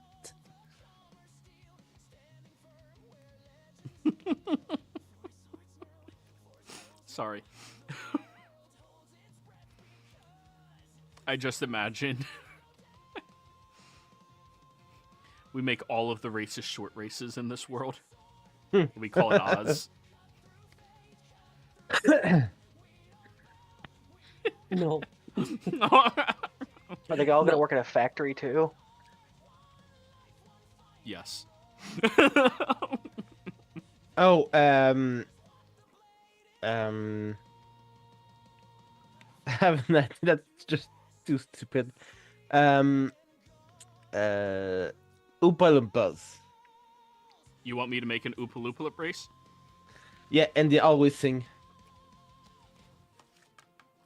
I think that's just No. Ariarchy, right? No leprechauns. No leprechauns. No. Let me check. Granted, they were fake, so they shouldn't be allowed in anyway, but What do you mean? no, fuck off you. No leprechauns. Casimir, you never get rid of me. No. You died. No leprechaun. Twice. I ate you. Alright, so any other unique races? We have Ariarchy, Dampier,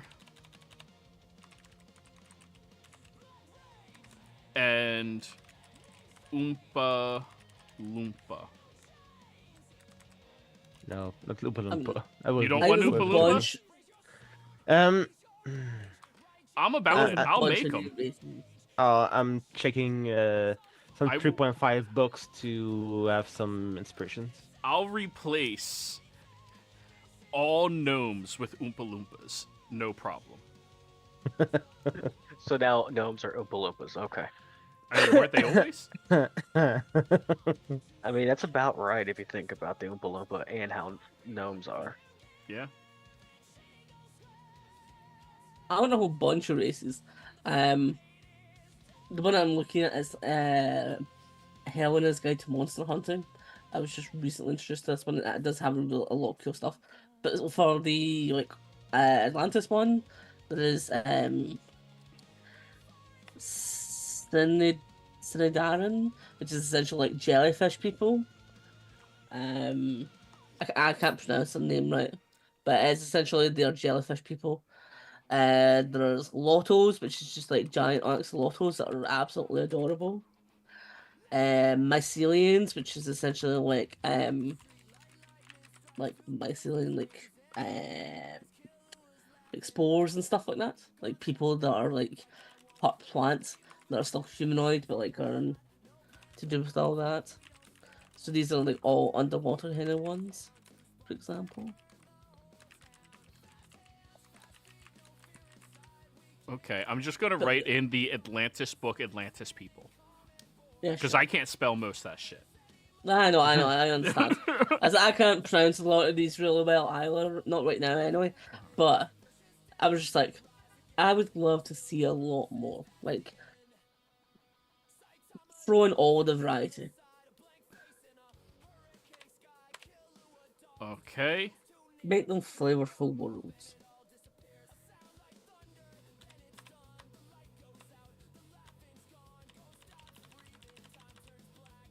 All right. So souls reincarnate into different species each life. Born into new families and communities. Do we want a rule surrounding retention of previous lives? Like, when you come of age, you learn of your ancestry, or perhaps only specific classes of characters get to do that, you know, like Barbarian Path of the Ancestors, stuff like that. I think it could be something that can be like revealed through magic, like ancient rituals and stuff like that they can see into, like glimpses into their past lives and stuff like that. Okay. I think that's a more magic based thing rather than like something to do with like, classes or anything, or racial.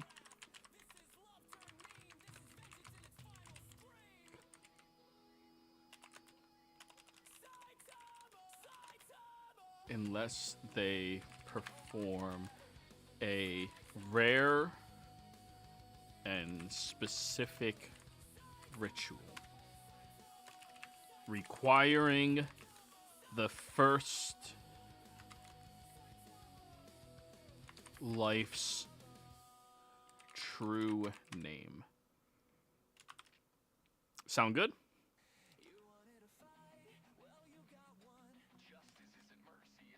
Yeah.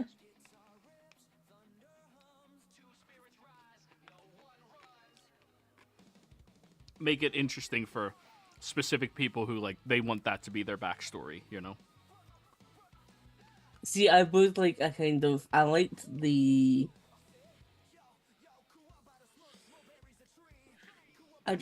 This is probably something more for the world, but I would probably like something that is essentially like a memorial, akin to how Tundras was like a memory site. So maybe just like a small location in the world that is essentially like the database of all the people that had like transferred over. Do you know what I mean? So Yeah. that all the true names could kind of be found there. And that could It's be like something that some place could go. Like locations like someone could go if they wanted to try and find out about what they had experienced in the past or something like that. Yeah, yeah. Make it like a place you have to make your way to, adventure over to, and perform the ritual at. So that can be one of the landmarks on one of the continents. Yeah, and essentially like, that can reveal what your like true name essentially was. Or it's on the floating island and nobody can get up there.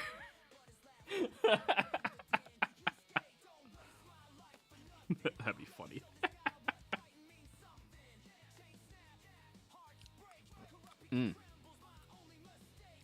Do we have any other suggestions for this handout? Not really. Yeah, I think it's fine. Like, just let people be people.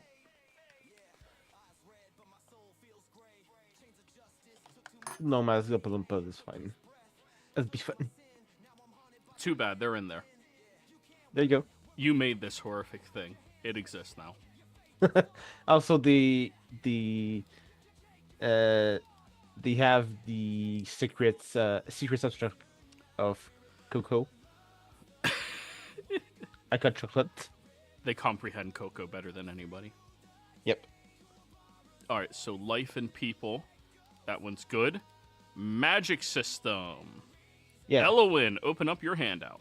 Yeah. Did. Alrighty. what are we thinking for a magic system? I don't want to fuck up our current magic system that much, other than like maybe instead of a weave, it's a veil. Instead of a veil, it's not limited at all. Maybe it's mana, whatever you guys have. But some fundamental stuff we will be able to fuck up. Mm-hmm. So, is magic learned, innate, granted, or stolen? I think the answer can be yes for all of those, except granted is incredibly rare. Yeah, granted almost sounds like it falls under the warlock cleric side.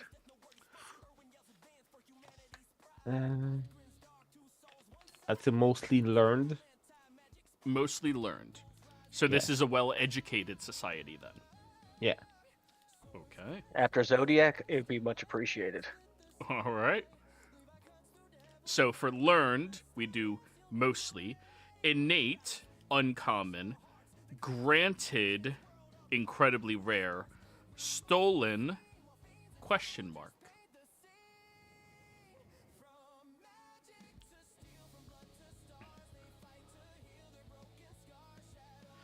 Do we want there to be a cost of magic? Always. Always. Okay. Because if there's no costs, it becomes even more chaotic. You just like throw spells around and just like.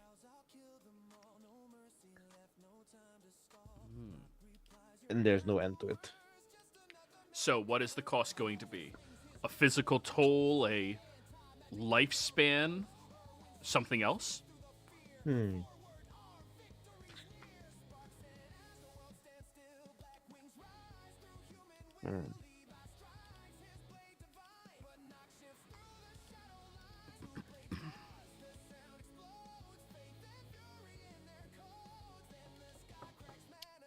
I like the lifespan, but also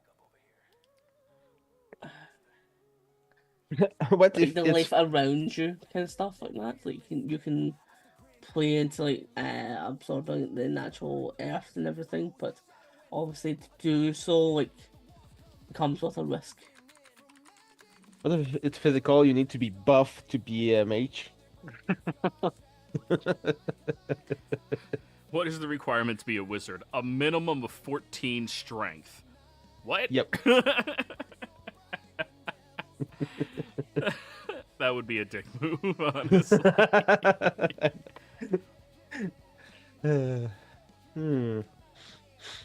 Would anyone be against something like everyone is attuned to an element on their birth? Attuned to an ailment on their body? An element, sorry. Attuned, so native element attunement based off of where you were born or your soul's origin or something? It can just be random. I wouldn't even say like it could be like,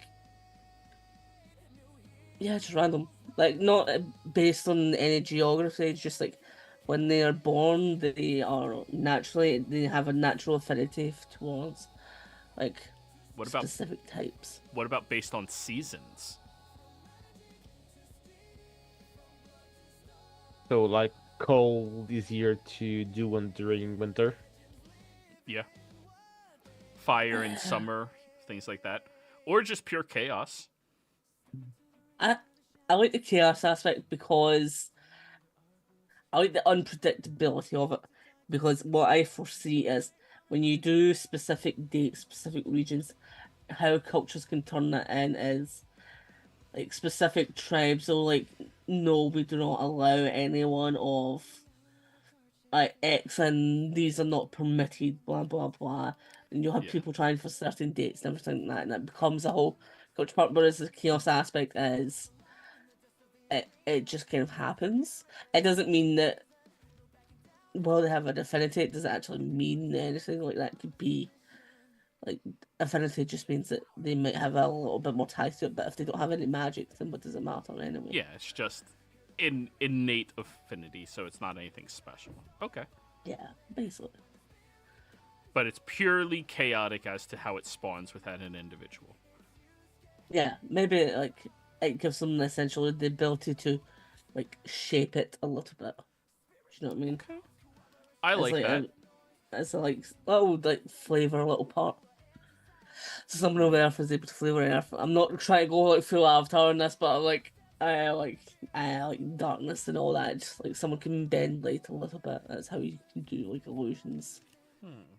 So someone can like. So we could akin it to the schools of magic instead of elements. Make it a bit more open-ended. Yeah, sure. Sound good, Elwin? You got that? Can you repeat that? Sorry. All right. I'll type it out for you. Okay.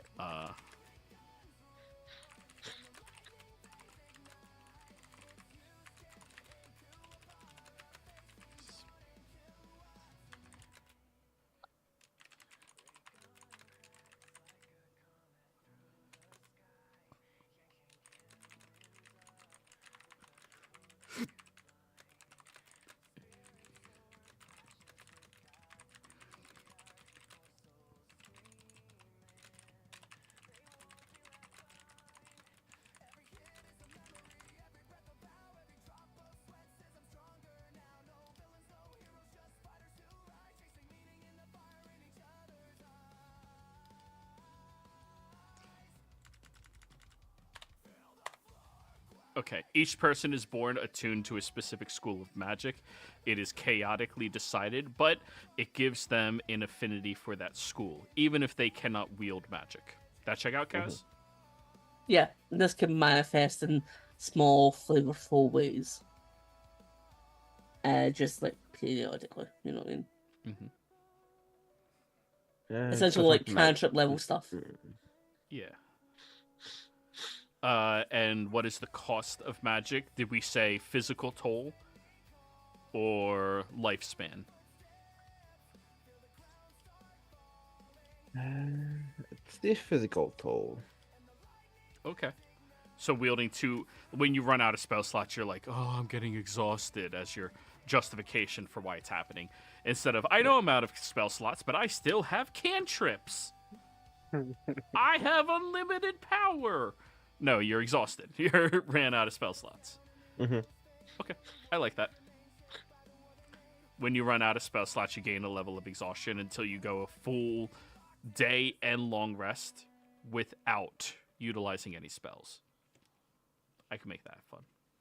But it also means it's something like you can exert yourself to produce magic when in dire times. To go beyond your typical limits. Yeah. I'm more than happy for people to take levels of exhaustion for an extra spell slot. Yeah, that's essentially like, I've seen that in some other games, and I know it can do quite well. Like getting vital like battles and stuff like that, people like sacrifice a and like they're sacrifice a portion of themselves to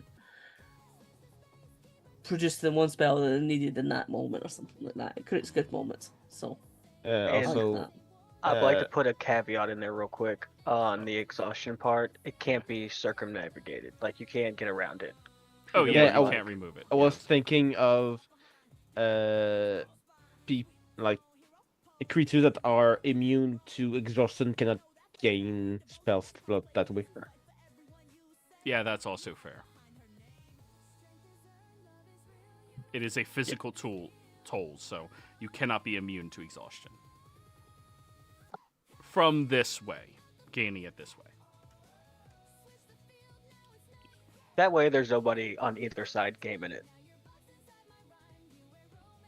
I'll be able to balance that.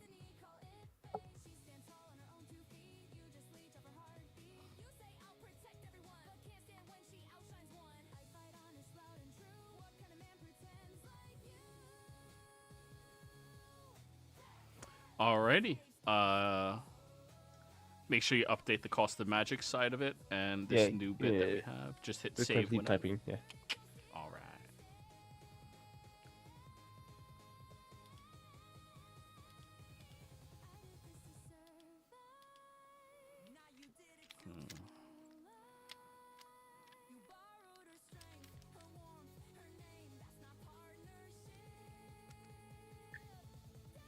There we go. Did I miss something for the cosmetic?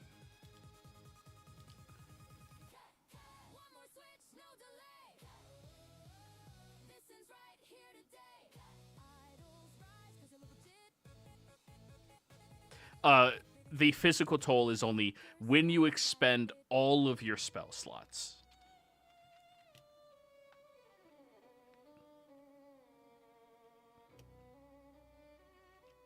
You're gonna have to be careful at those low levels. Yeah. Yeah.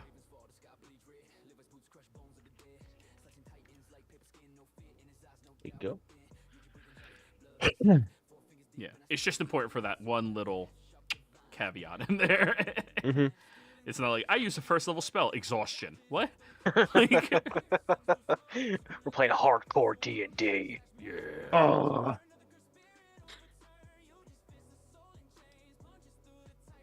Okay.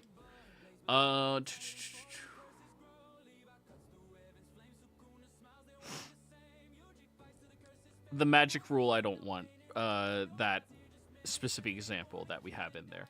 Unless somebody else has an idea for a magic rule. You know, the whole thing with souls being reincarnated along with being attuned to a school of magic randomly at birth makes me think that some souls that are particularly powerful at magic retain that proficiency in subsequent lives. Oh, yeah, yeah. An archmage reincarnated here may be a sorcerer now because of their natural attunement to magic. I don't know how I know how to do this. I can just do it. Mm-hmm. Should also add you cast at higher level by spending exhaustion as well. No. No. No. That would be terrible. 9th level fireball. It's only 4 levels of exhaustion. Fuck it.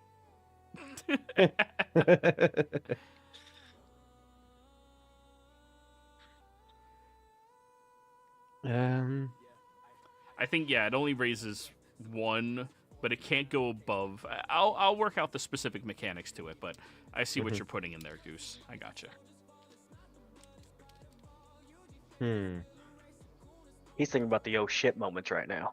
Mm-hmm.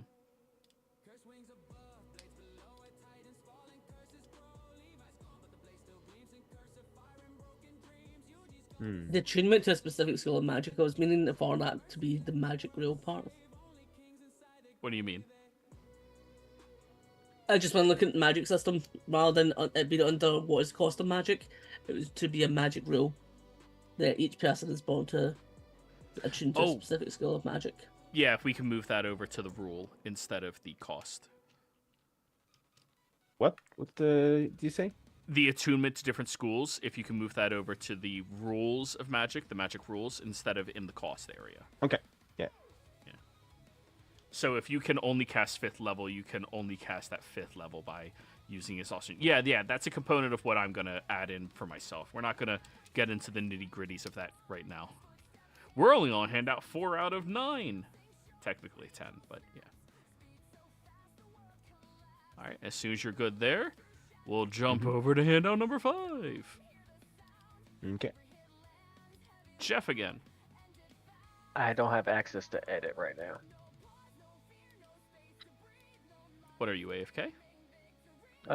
Now it says edit. It didn't say edit at first. Gotcha. I closed it and opened it back up. Okay. Okay, so are there gods? 1, Ares, right? No, 2, Gabriella.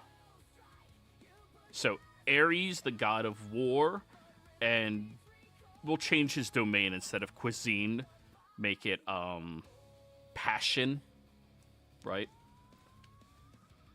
Does that sound good to everybody? Mm-hmm. And then for Gabriella, she is the goddess of light and redemption. Okay.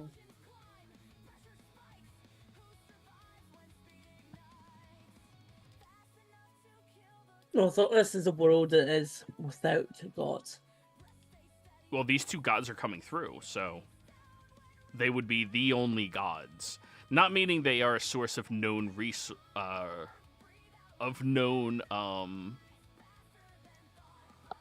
Power.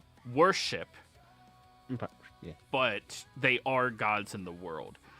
We can add in, if we want to make it so, that these are unknown forces that do not reveal themselves to the people. Yeah, to that. Yeah, I Okay. think that works. Everyone amenable to that? Mhm. Yep. Worship style, cults only.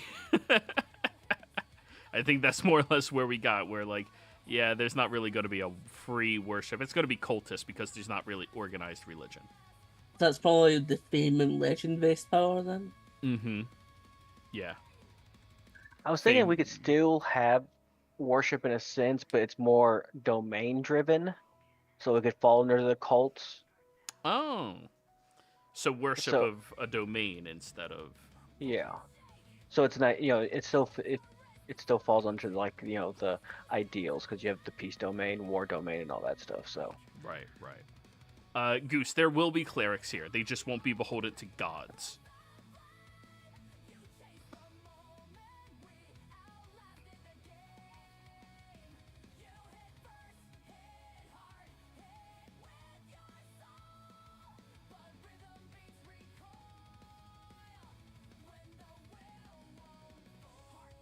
Hmm.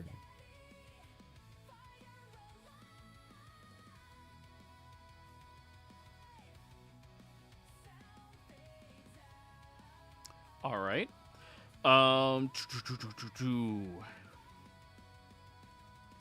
Do we want worship to grant power? I think the consensus was no. No.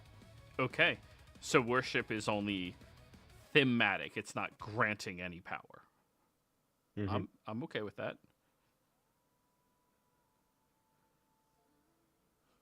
This is the end character part of it, but it's probably coming through as the entire point of it. It was supposed to be no gods, no say, not something that's going to be perfect, but still. So I think that is not having somewhere that is, yeah, the worship I like it. beneficial. I'm in for it. Alrighty, well that was an easy handout because we kind of just did all of that already.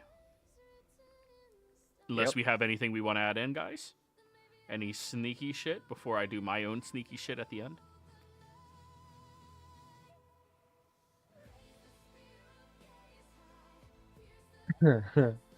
Silence is deafening. Hmm.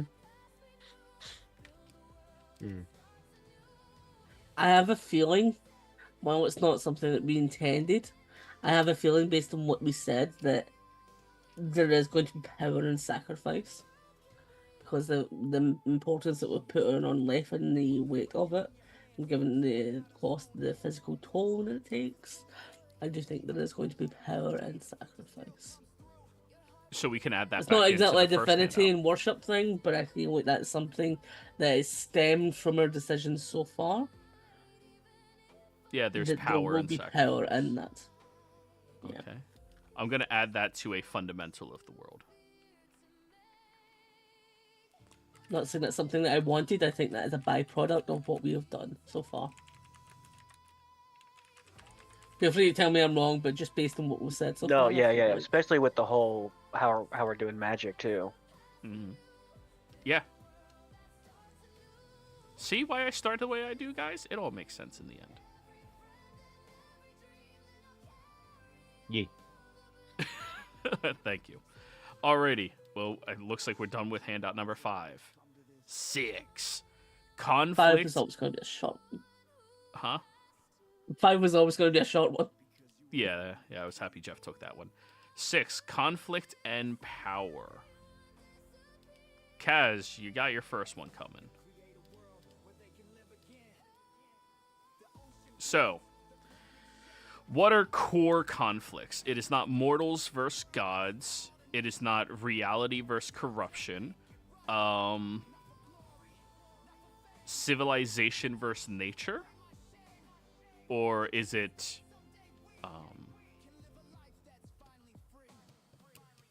what's it called? Nature versus nurture?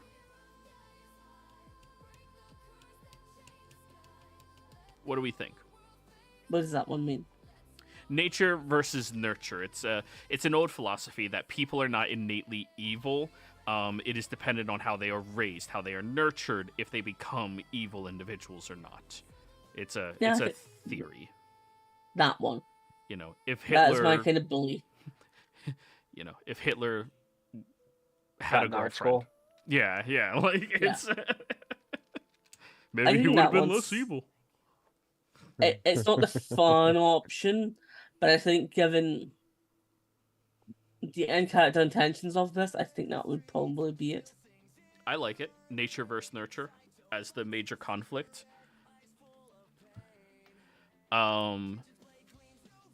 Schools of opposition. That's another source of conflict. Because how do you not have conflict between the school of life and the school of death? You know. Mm-hmm. Yeah, there's going to be natural conflicts. I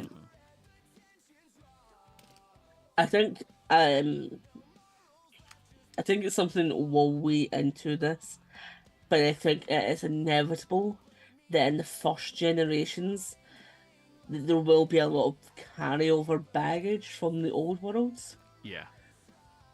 and that is something that they won't be able to prevent from being like spread down and passed through into tales, stuff like that. And I think some of that will still provide conflict.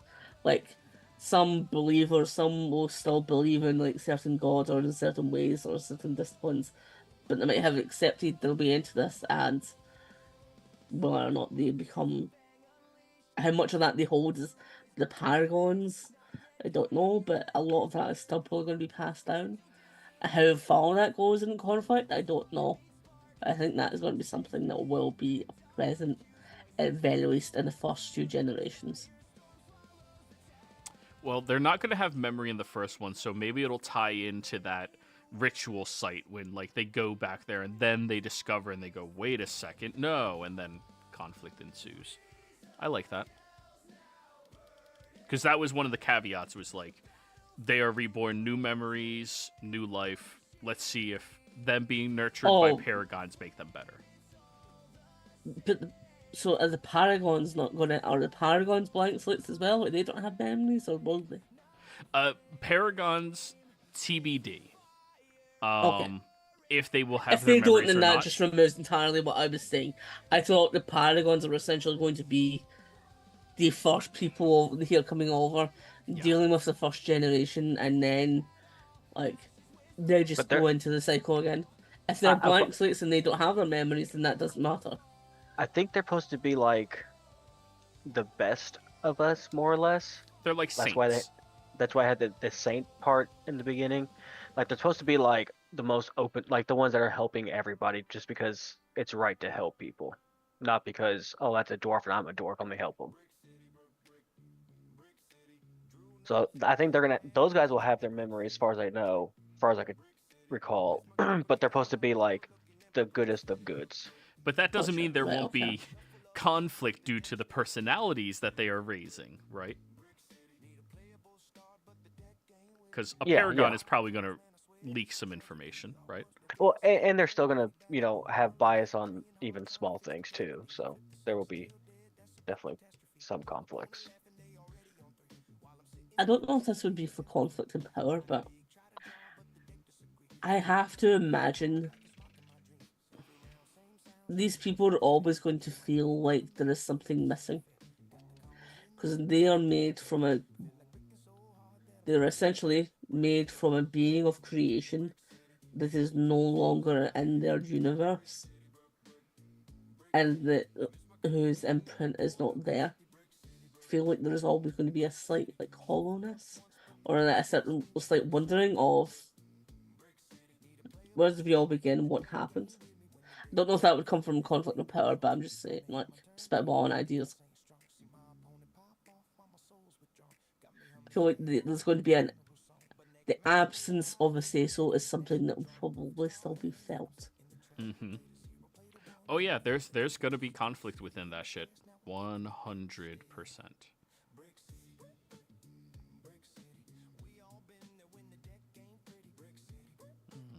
It's gonna People be are always fun. going to have different ideas of how things started. Like the same way they do like Big Bang. You know, like how was the universe created? How did we all come to be?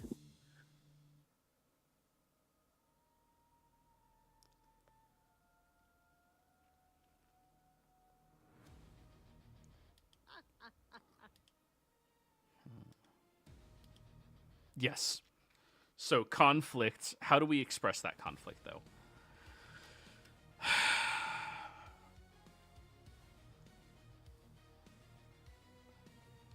Absence of power? That's more of, yeah, a core design of the world. There's an absence of power due to this. A power vacuum. I like that. Power vacuum. Make sure you add that part in.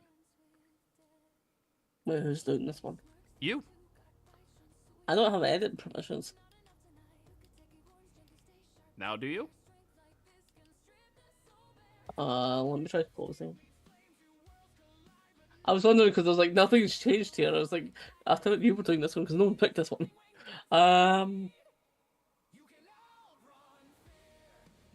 Okay, no, I don't. I didn't have the button at all. Because I already had it opened, I think.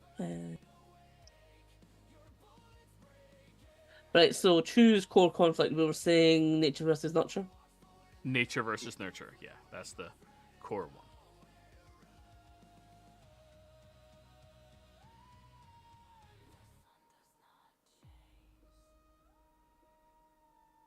And then in player input, we're saying, is this going to be a major threat? We're saying like what was it we're saying there? The missing piece. Yeah, the power vacuum. That is a major source of conflict where, hey, there's a power vacuum. Who's going to try to fill it? Who's going to oppose you filling it? All that jazz, you know?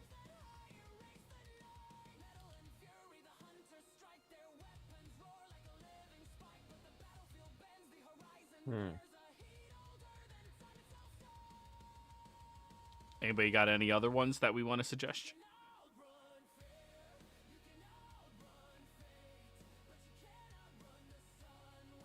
Not really for me.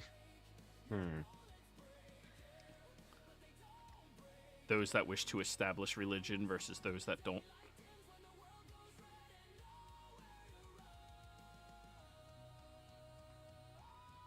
I mean, true. I imagine people will always try and find something that they can believe in. And what happens when that doesn't do anything?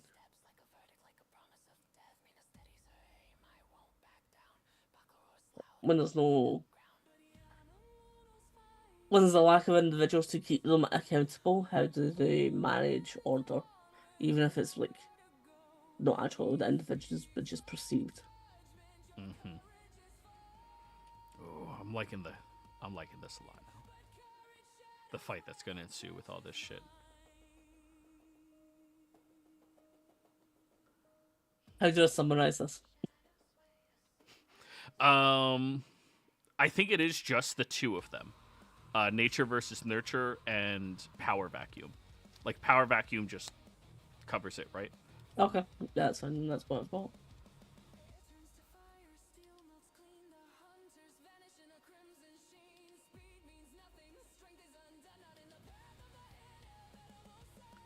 Alrighty. And anybody have any other inputs on this one? No. 6 is done. 7.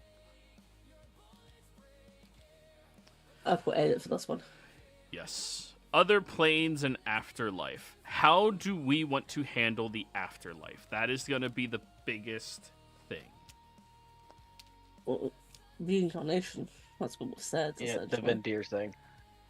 Right. We're doing reincarnation, but like, is it just an instantaneous when one dies, one is born? Is there a holding location beforehand? Is there a system of how you are reincarnated? Are you reincarnated into the same tribe or locally same area? Or are you reincarnated into a different one somewhere else in the realm? It's a queue. Oh my god, don't make it a fucking queue. I've been in queue for 623 souls. Damn, what happened? Fireball. I thought of Q as in Star Trek. Oh, Star no. Trek queue? No, I was a queue like a video game queue. You're trying to get in. Okay. Yeah. The Kwoo-oo-woo, that one, Q. I do think there should be a holding period, and maybe you have to do some timeout if you were not good. Are there any consequences for being evil in this world? Karma is real. Yeah, I was going to actually say the karma one, so you could use the inspiration for like Buddhism and stuff like that. But it's like you need to pay penance for the wrongs that you committed in your life, whereas however long does that incur, but then you're going into still. Yeah, but heaven, if you hell is, but you set a much shorter time limit on stuff maybe, so you're not you do this once and then you're sent to hell forever. That's interesting. I was somewhat envisioning if you commit atrocities, the karma goes over to your next life. Oh. Yeah, I think that works. Yeah. Do we want karma to be cross reincarnations or cross incarnations? Yes, Yeah. and I think players should have to roll like on a D100 table.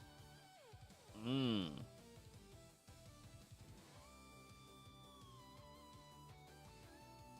Yeah.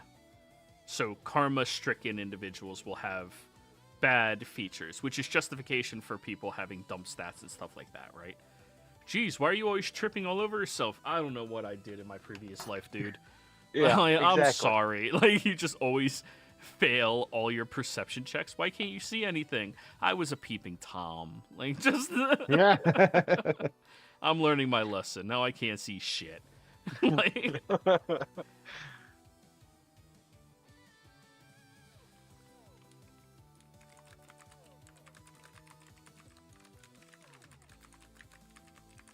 That one from Goose is kind of funny. How did you die influences where your new life starts. Died to fireball, you were in a hot area. Died to the cold, you were in a cold area, but adapted to how you last died. I mean, maybe not like how you died, but how you lived is what you will be brought into. If you burned a bunch of people to death, you will be going to be born in a hellish landscape like desert, right? Karma. And if you were the person freezing people, you'll be born in a fucking tundra, you know, inhospitable location. Stuff like that. Instead of just like, you were murdered by somebody and now you're fucked in your life. Come on. Like, that sucks. I like Right. the idea of the evolution aspect when it comes to that. So it can be like, if there's something that there's something that was missed in your life or that you were drawn to, that's something that your like soul kind of wanted, but it didn't fully work out in this life, that it's something that you're drawn more into in the next kind of thing. Do you know what I mean? As that kind of evolution stance. I don't really know how to word it properly. So, like, if there was an absence in your life, you were granted that absence being filled in your next incarnation type deal. Maybe something like that. Mr. Freeze comes back as a penguin. Oh, penguins are allowed. Penguins are allowed. That's your... Penguins are creatures in this world. Okay, they're creatures. They're not demons. Okay. Elgitor, sorry. Last fleeting moments of what you wanted the most. Oh, is what you're born into. So, like, if you were love struck in and, like, so sad you wouldn't make it back to your spouse, you would be born into a loving family. You know, like, stuff like that. Okay.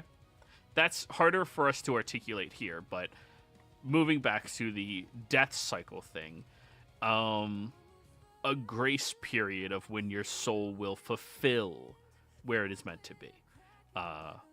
Based upon your karma from your previous carnation. That sound good? Mm-hmm.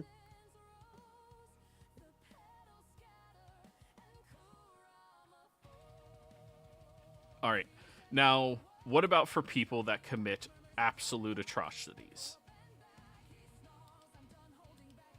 Do they just get to be reincarnated willy-nilly? I really they're think it supposed to. depends. All right, well, let's start here. Does Hitler get to be reincarnated? No, Okay, what happens to him? I don't like giving devils power. Okay, Redemption is always possible. always possible, yes. Probable. So I would say yes. Just doesn't mean it's probable. But he's got a lot of negative karma, so he's got to wait a long time to get a new soul. So there's a lot of trials and tribulations that you need to go through, but exactly, it's possible. So, I can Right. see a fatal flaw in this world, though. If somebody is born, like, near a Devu, stuck in a wheelchair, dead parents, blah, blah, blah, blah, blah, they will not receive sympathy in a world like this. Because you deserve it due to karma. So we are having a society with little sympathy. Fuck that bitch, you should there. Yeah. It's hard when you give us extremes, Joey. I know. That's the point. I would say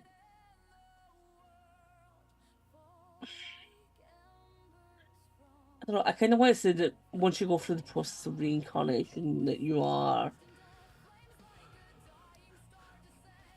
Once you have dealt with your karma, you're cleansed and have absolved of all sins. Mhm. You I think are a fresh. You are a fresh beginning. You are not beholden to what you have done before. But what about karma? It's after you deal with your karma. So after you deal with the whole period, like after you die, you have to deal with some recompense to do with your karma, which, however that exactly comes true, I don't know. But Maybe that's going an through option. after that process, you are clean. You're cleansed. Maybe there's an option to take time off to take a negative attribute in your next life, like become Narrativu. Like you could be a wizard, but your soul's bad. You know, you have bad karma, and you don't want to spend 500 years in the afterlife. So you're like, I'll just be no parents in a wheelchair to take 100 years off. Imagine. That way you still have Hmm? both. So they just skip a few generations and then come back no nothing? Each time they're a blank slate. So just because they did it in one generation doesn't mean they'll do it in the next. Like you said, it's nature versus nurture. It depends on your environment and everything, and it will depend on the person that you would be. Okay. Just because you know that one thing in the past, it doesn't mean the same thing will happen again. And that's another, like, our conflict area. You know, we're going to have people who believe in nature. We're going to have people that believe in nurture. So you're going to have people who are going to willingly help her because they already know she's down. Imagine if there was like someone like Anubis that, you know, weight your hearth, something like that. Hmm. But I was thinking, someone like check your karma versus the weight of your tribulations, but it's the narrator that that did the role. The narrator thinks that you did some bullshit stuff. No.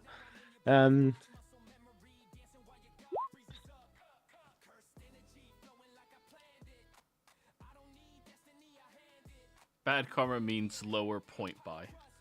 Yeah. Not So- actually meaning that, but just like Okay. So, how about as a suggestion?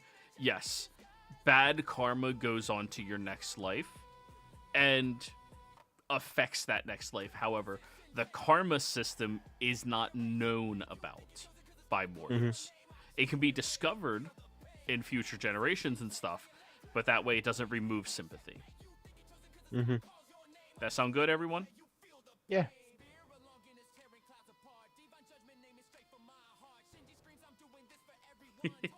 Everyone else, is that good? yep, Yes. I was Yeah. typing.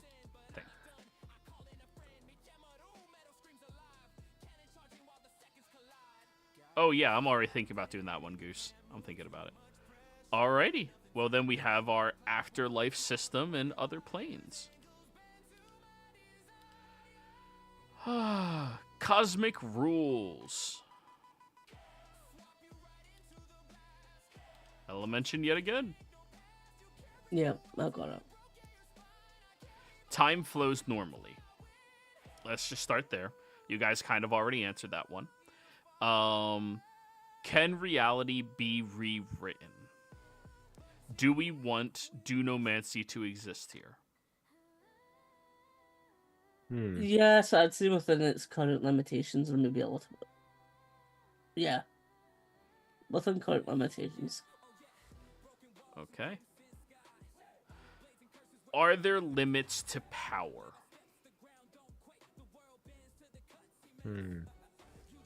No.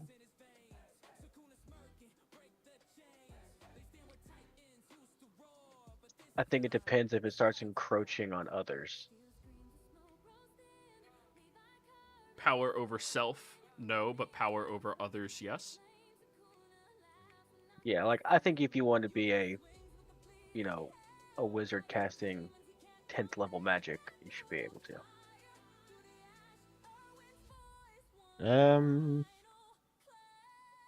There's a spell you shouldn't be able to cast though. Become a god. That's a good suggestion. Karma limits your power. Yeah. But also, in magic system, I would say you can't become a godlike or god, because we don't want gods, and we don't want gods to be treated. So no ascension. Yeah. Okay. Everyone else, you cool with that? Yeah, Yeah. people can't become gods, but I feel like no, there's no limits on power, because what we've already said is that the ability to cast magic does cost a physical strain, so I imagine that will become, when you're casting higher level spells, that would become significantly more if you're capable of withholding that strain to be able to cast things of unfathomable power, then, well, it's weird. But I do like the karma limits your power. So once you generate enough good karma, you could ascend. So it's more the powerful magically will be those who are heroes, right?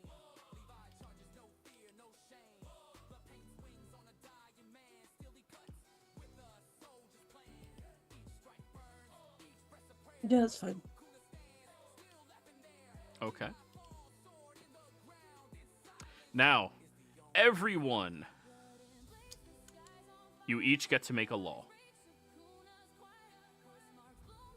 An introduction, definitive law of the realm.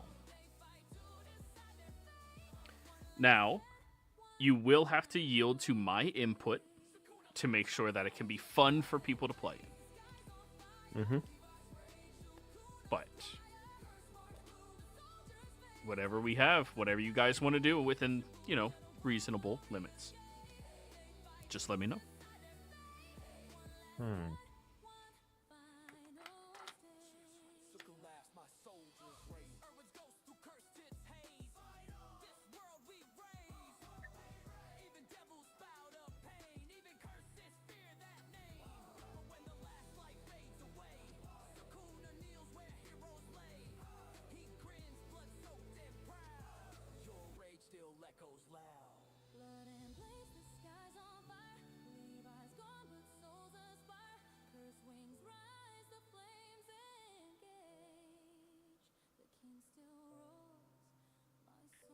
What were the cosmic rules in Exandria? In our server, actually, under the Friday game, I think some of the laws are pinned. Yeah, we know quite a few of them. Yeah, these are the more public ones. These are the names of them. Law of creation, Aseso, law of destruction and chaos, Exium, law of hunger, law of time, law of probability, law of perception, law of primordial elements. That's all 4 elements. Law of tethers. That's like one that I have where if you are on a different plane and you didn't travel there organically, your tether will pull you back to your home realm. Law of equivalent exchange, stuff like that. Well, so are these laws? Is this more? It's not a central law of the universe, is it? Is it more akin to? How do I phrase this? Because it's supposed to be a weird law. That's what it says, right? So is it more like something that happens in not superstition, but something akin to that? It's like a fundamental of the world. For instance, the Feywild, they have opium in the air. That's just a fundamental of the world that is different from everything else.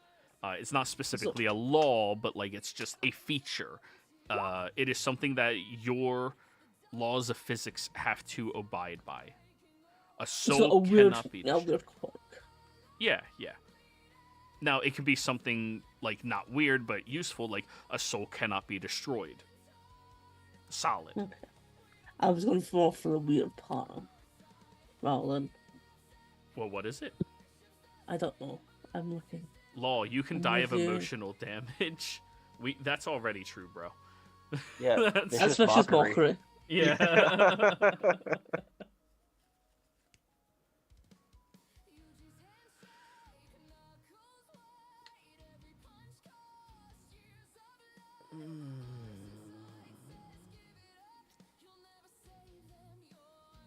So psychic damage, exactly.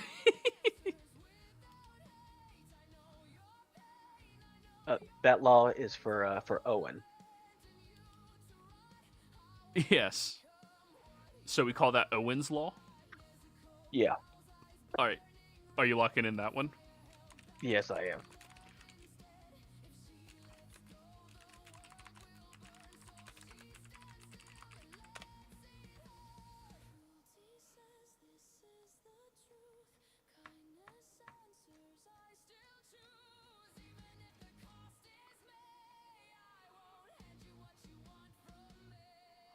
What else we got, chat? I want you guys to come up with one too. Or else I'll make a weird one that says sentient birds can't fly.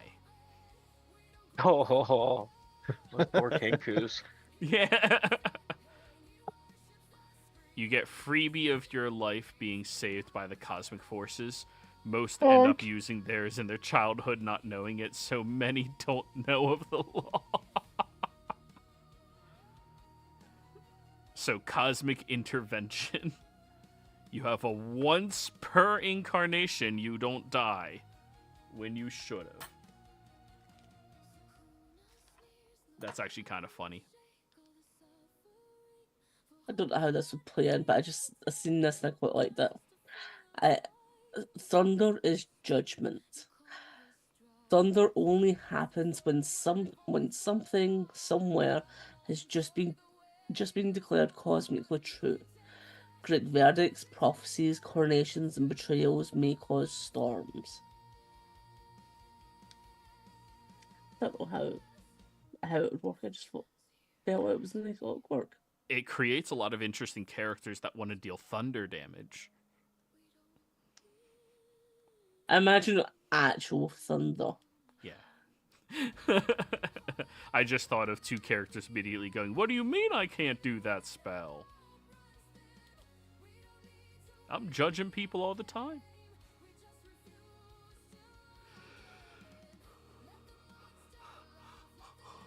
There's this other one that was silence is a place. Perfect silence is not just absence of sound, it is a thin place in reality. Stay too long in total silence and you may hear things from beyond the world. Silence is its own place. I like that. So the law of silence?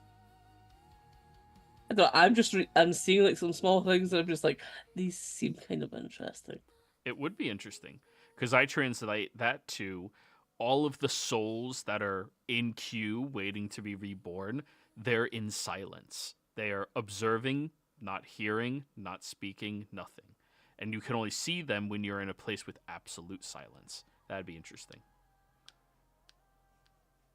That would be. And the first thing they hear is themselves crying.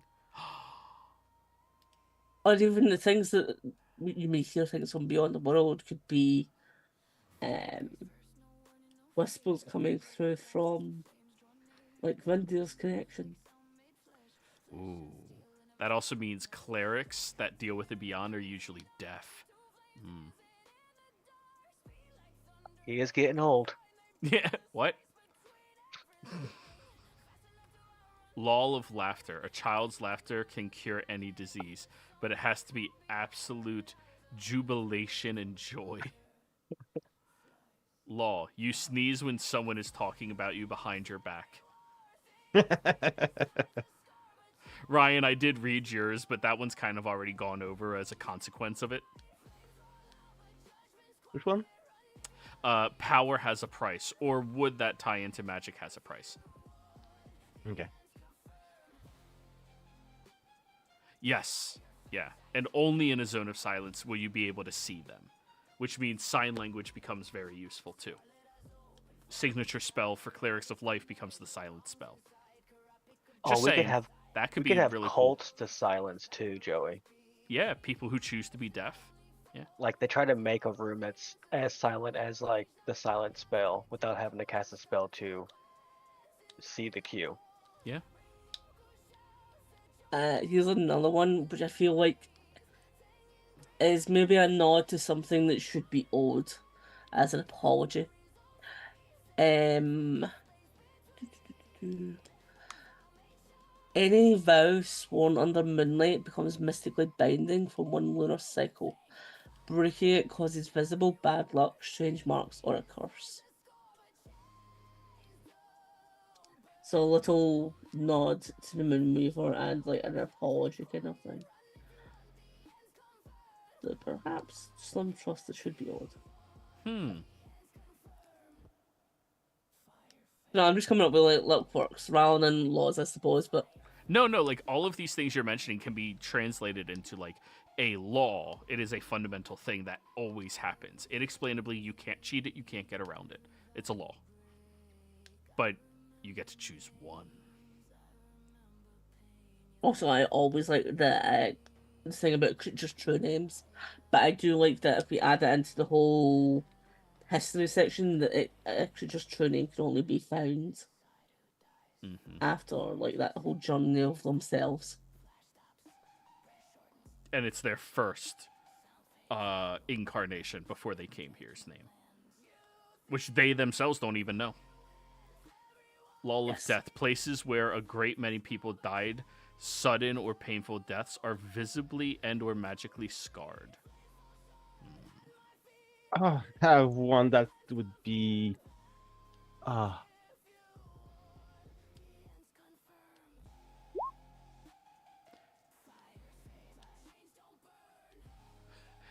I would like that one, except it takes away a lot of player agency. Yeah, I know. It's fine when it's just Fae, you know? Like, Yeah.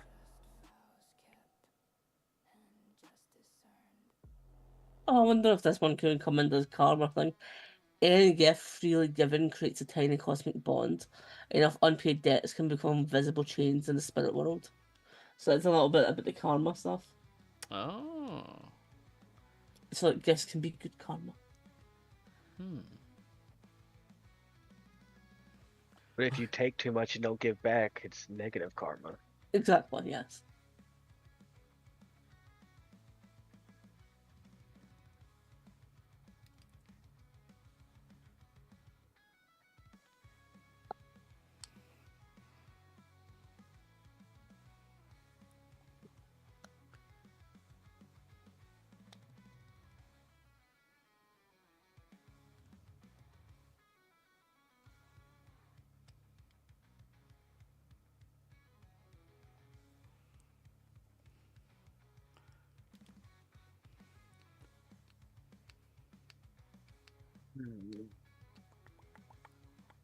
So I've not written any of these down.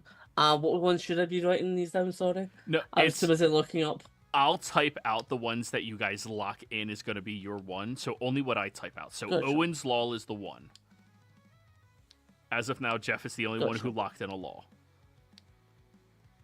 Now, out of all the ones that you said, Kaz, what's the one you want to do? Do you want to do Silence? Do you want to do Moonweaver's Oath? Or the Moon's Oath? Or any of the other ones you said? Noisy, you have to pick a different one. Yeah, I know. You cannot willingly speak a lie.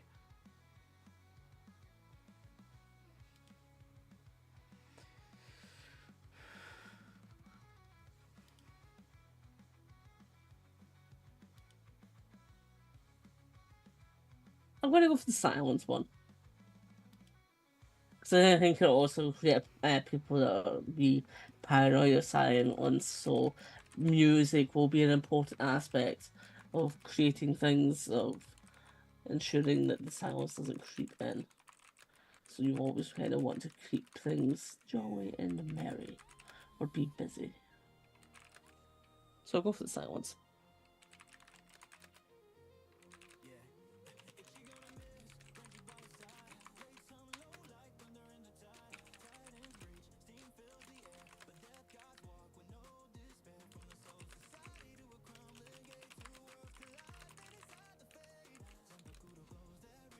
So that was silence is a place.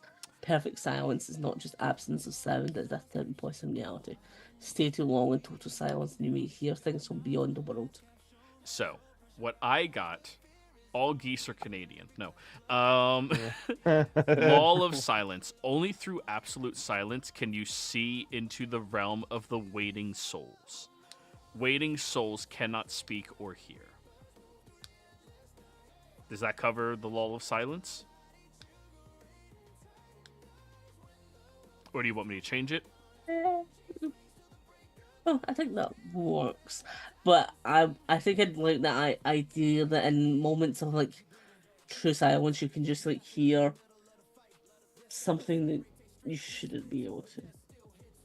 That may become more of a feature of specific locations, more so than just a absolution. Okay, fair enough. Give me some lore elements to work with, you know? No geese or cosmic horrors. Yes. How do we feel about children's laughter, guys?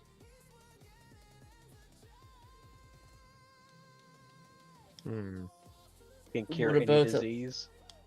It can cure any disease, but it has to be absolute jubilation and joy. Meaning, like, if you're dying a horrible death, you can't convince a child to laugh easily, right? So it's But difficult to achieve. I Yeah. believe that there would be like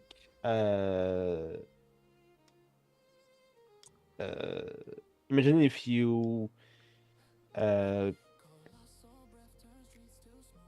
get what's the word? A business of making children laugh, and like you ask people to pay to get something cured.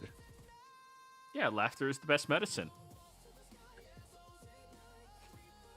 It would be a business of like a man who travels around with his kids who makes them laugh in order to cure your disease. And you know, in like minor cases of disease, it's minor cases of disease, right? Like, hey, dude, I have to clap. Don't worry, I'll make my kid laugh. Just a weird, yeah. But you know, more detrimental. I'm dying diseases. Yeah. Like it's hard to make them laugh in your presence because you're dying. Like, Yeah, that'd be a fun one too. all right, I like that one too.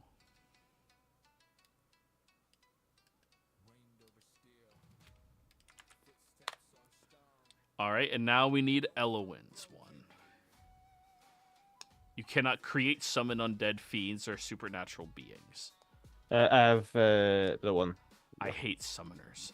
No one shall create, summon demons, undead fiends, and other uncontrollable creatures that may cause damage or harm to innocents. So no Bolgrogs? What are Bulbrugs? Oh, it's the one warlock spell that they have that summons a demon, but you lose concentration and the demon does whatever the fuck it wants. Yeah. How do we feel about that one, guys? No summoning.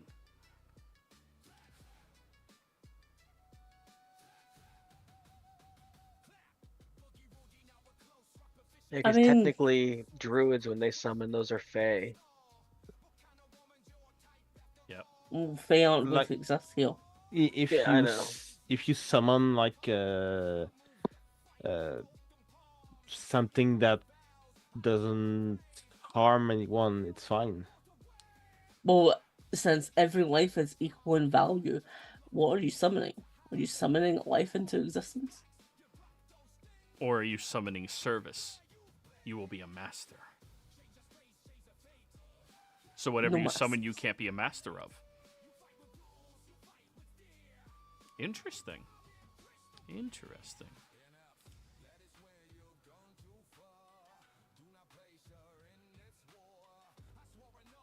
We said something about no masters before, but I can't find it.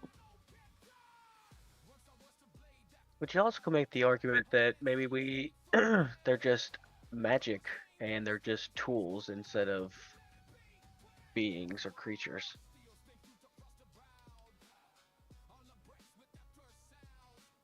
So they're just Entities. creatures, entities. Yeah. They're not really anything. Okay. And that way you can still kind of the warlock bring in his demon thing, but if he loses, I don't know how you want to do the loses concentration part, but maybe it's still maybe just stands still and just gets beat up.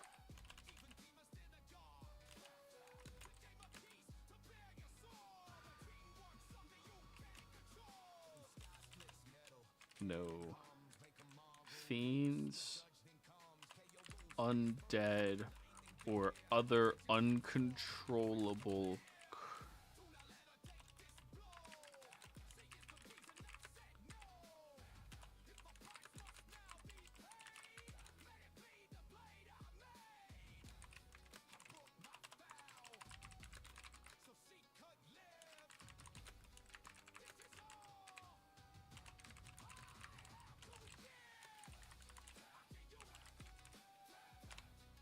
That checks out. Law of Summons.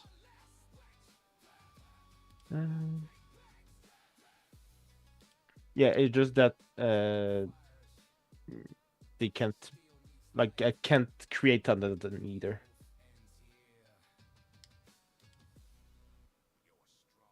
Well, Yeah, it cannot may be summoned. Nothing of those dispositions can be summoned.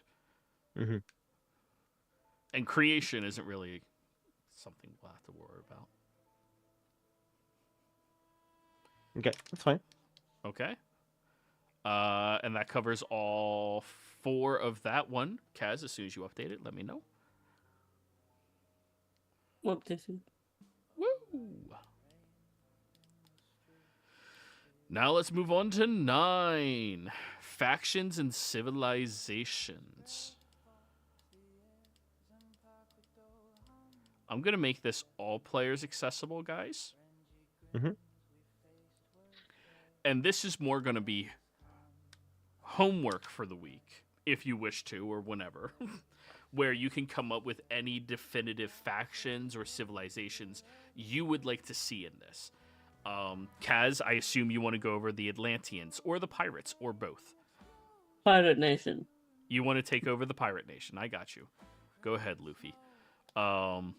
Elowin, Wait. Elowin, were you the sky people? Yeah. All right. I'll give you that civilization to go over. Okay? They're candy people. No, I'm just kidding. They're all Oompa Loompas up in the sky. They drop candy on top of us all. Just imagine if like all the rivers are chocolate. Yeah, they shit chocolate, but everyone else thinks it's just chocolate. No, that's their plumbing just dropping it on you. And Jeff, do you have a civilization you want to work on? The miners? I can work on the continent part. Okay. Yeah. I have an idea actually. Okay, what's your idea actually? Ares is and later was the god of cooking. Yeah. Well, it's a nation of cooks. Like, there's like all the amazing foods can grow and what's the word? Live there, like all the imagine what Wagyu beef is like the normal food. Oh, so like a place that just has all the best everything's the best place in the world to live. I love it. Yeah, it's like there's no cotton. There's like everything is the best at everything, especially food. Okay. It's like an utopia for food. Alrighty. Let me go back over to that handout. And of course, the Oompa Loompas are there with the chocolate. Alright, let me... I'm also gonna add that the the sugar I can't have because it's secret. The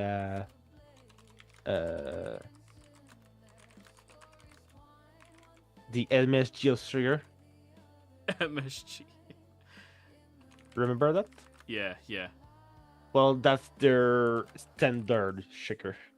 Alright, a continent that has all of the finest ingredients and cloths natural as their dominant resources.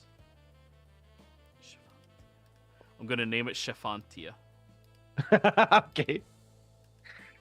That's fine.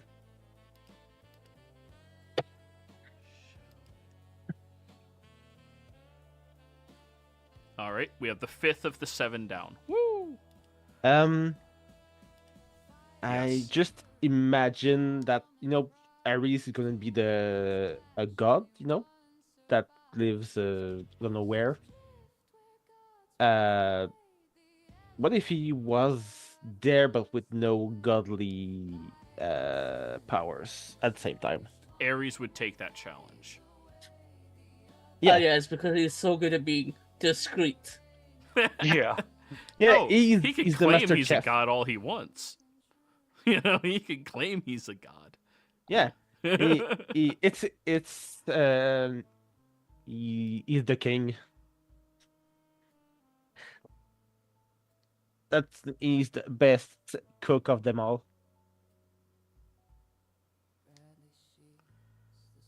You know, oh, with like all these food animes, like Food Wars, without without the absurd reactions. There will be food wars, and food fighting is totally a thing, no matter what. Mhm. Alrighty. Guys, I think that about covers everything. Yeah. You each have your own handouts for your factions and civilizations that you can work on. If you need any input, you can hit me up. No problem at all. God of Chefs. That is Ares. Yeah. Cuisine and war. Those are his 2 domains. Alrighty, everybody. Well, that's going to be the end of the stream. Thank you all for watching. See you next time. Yeah.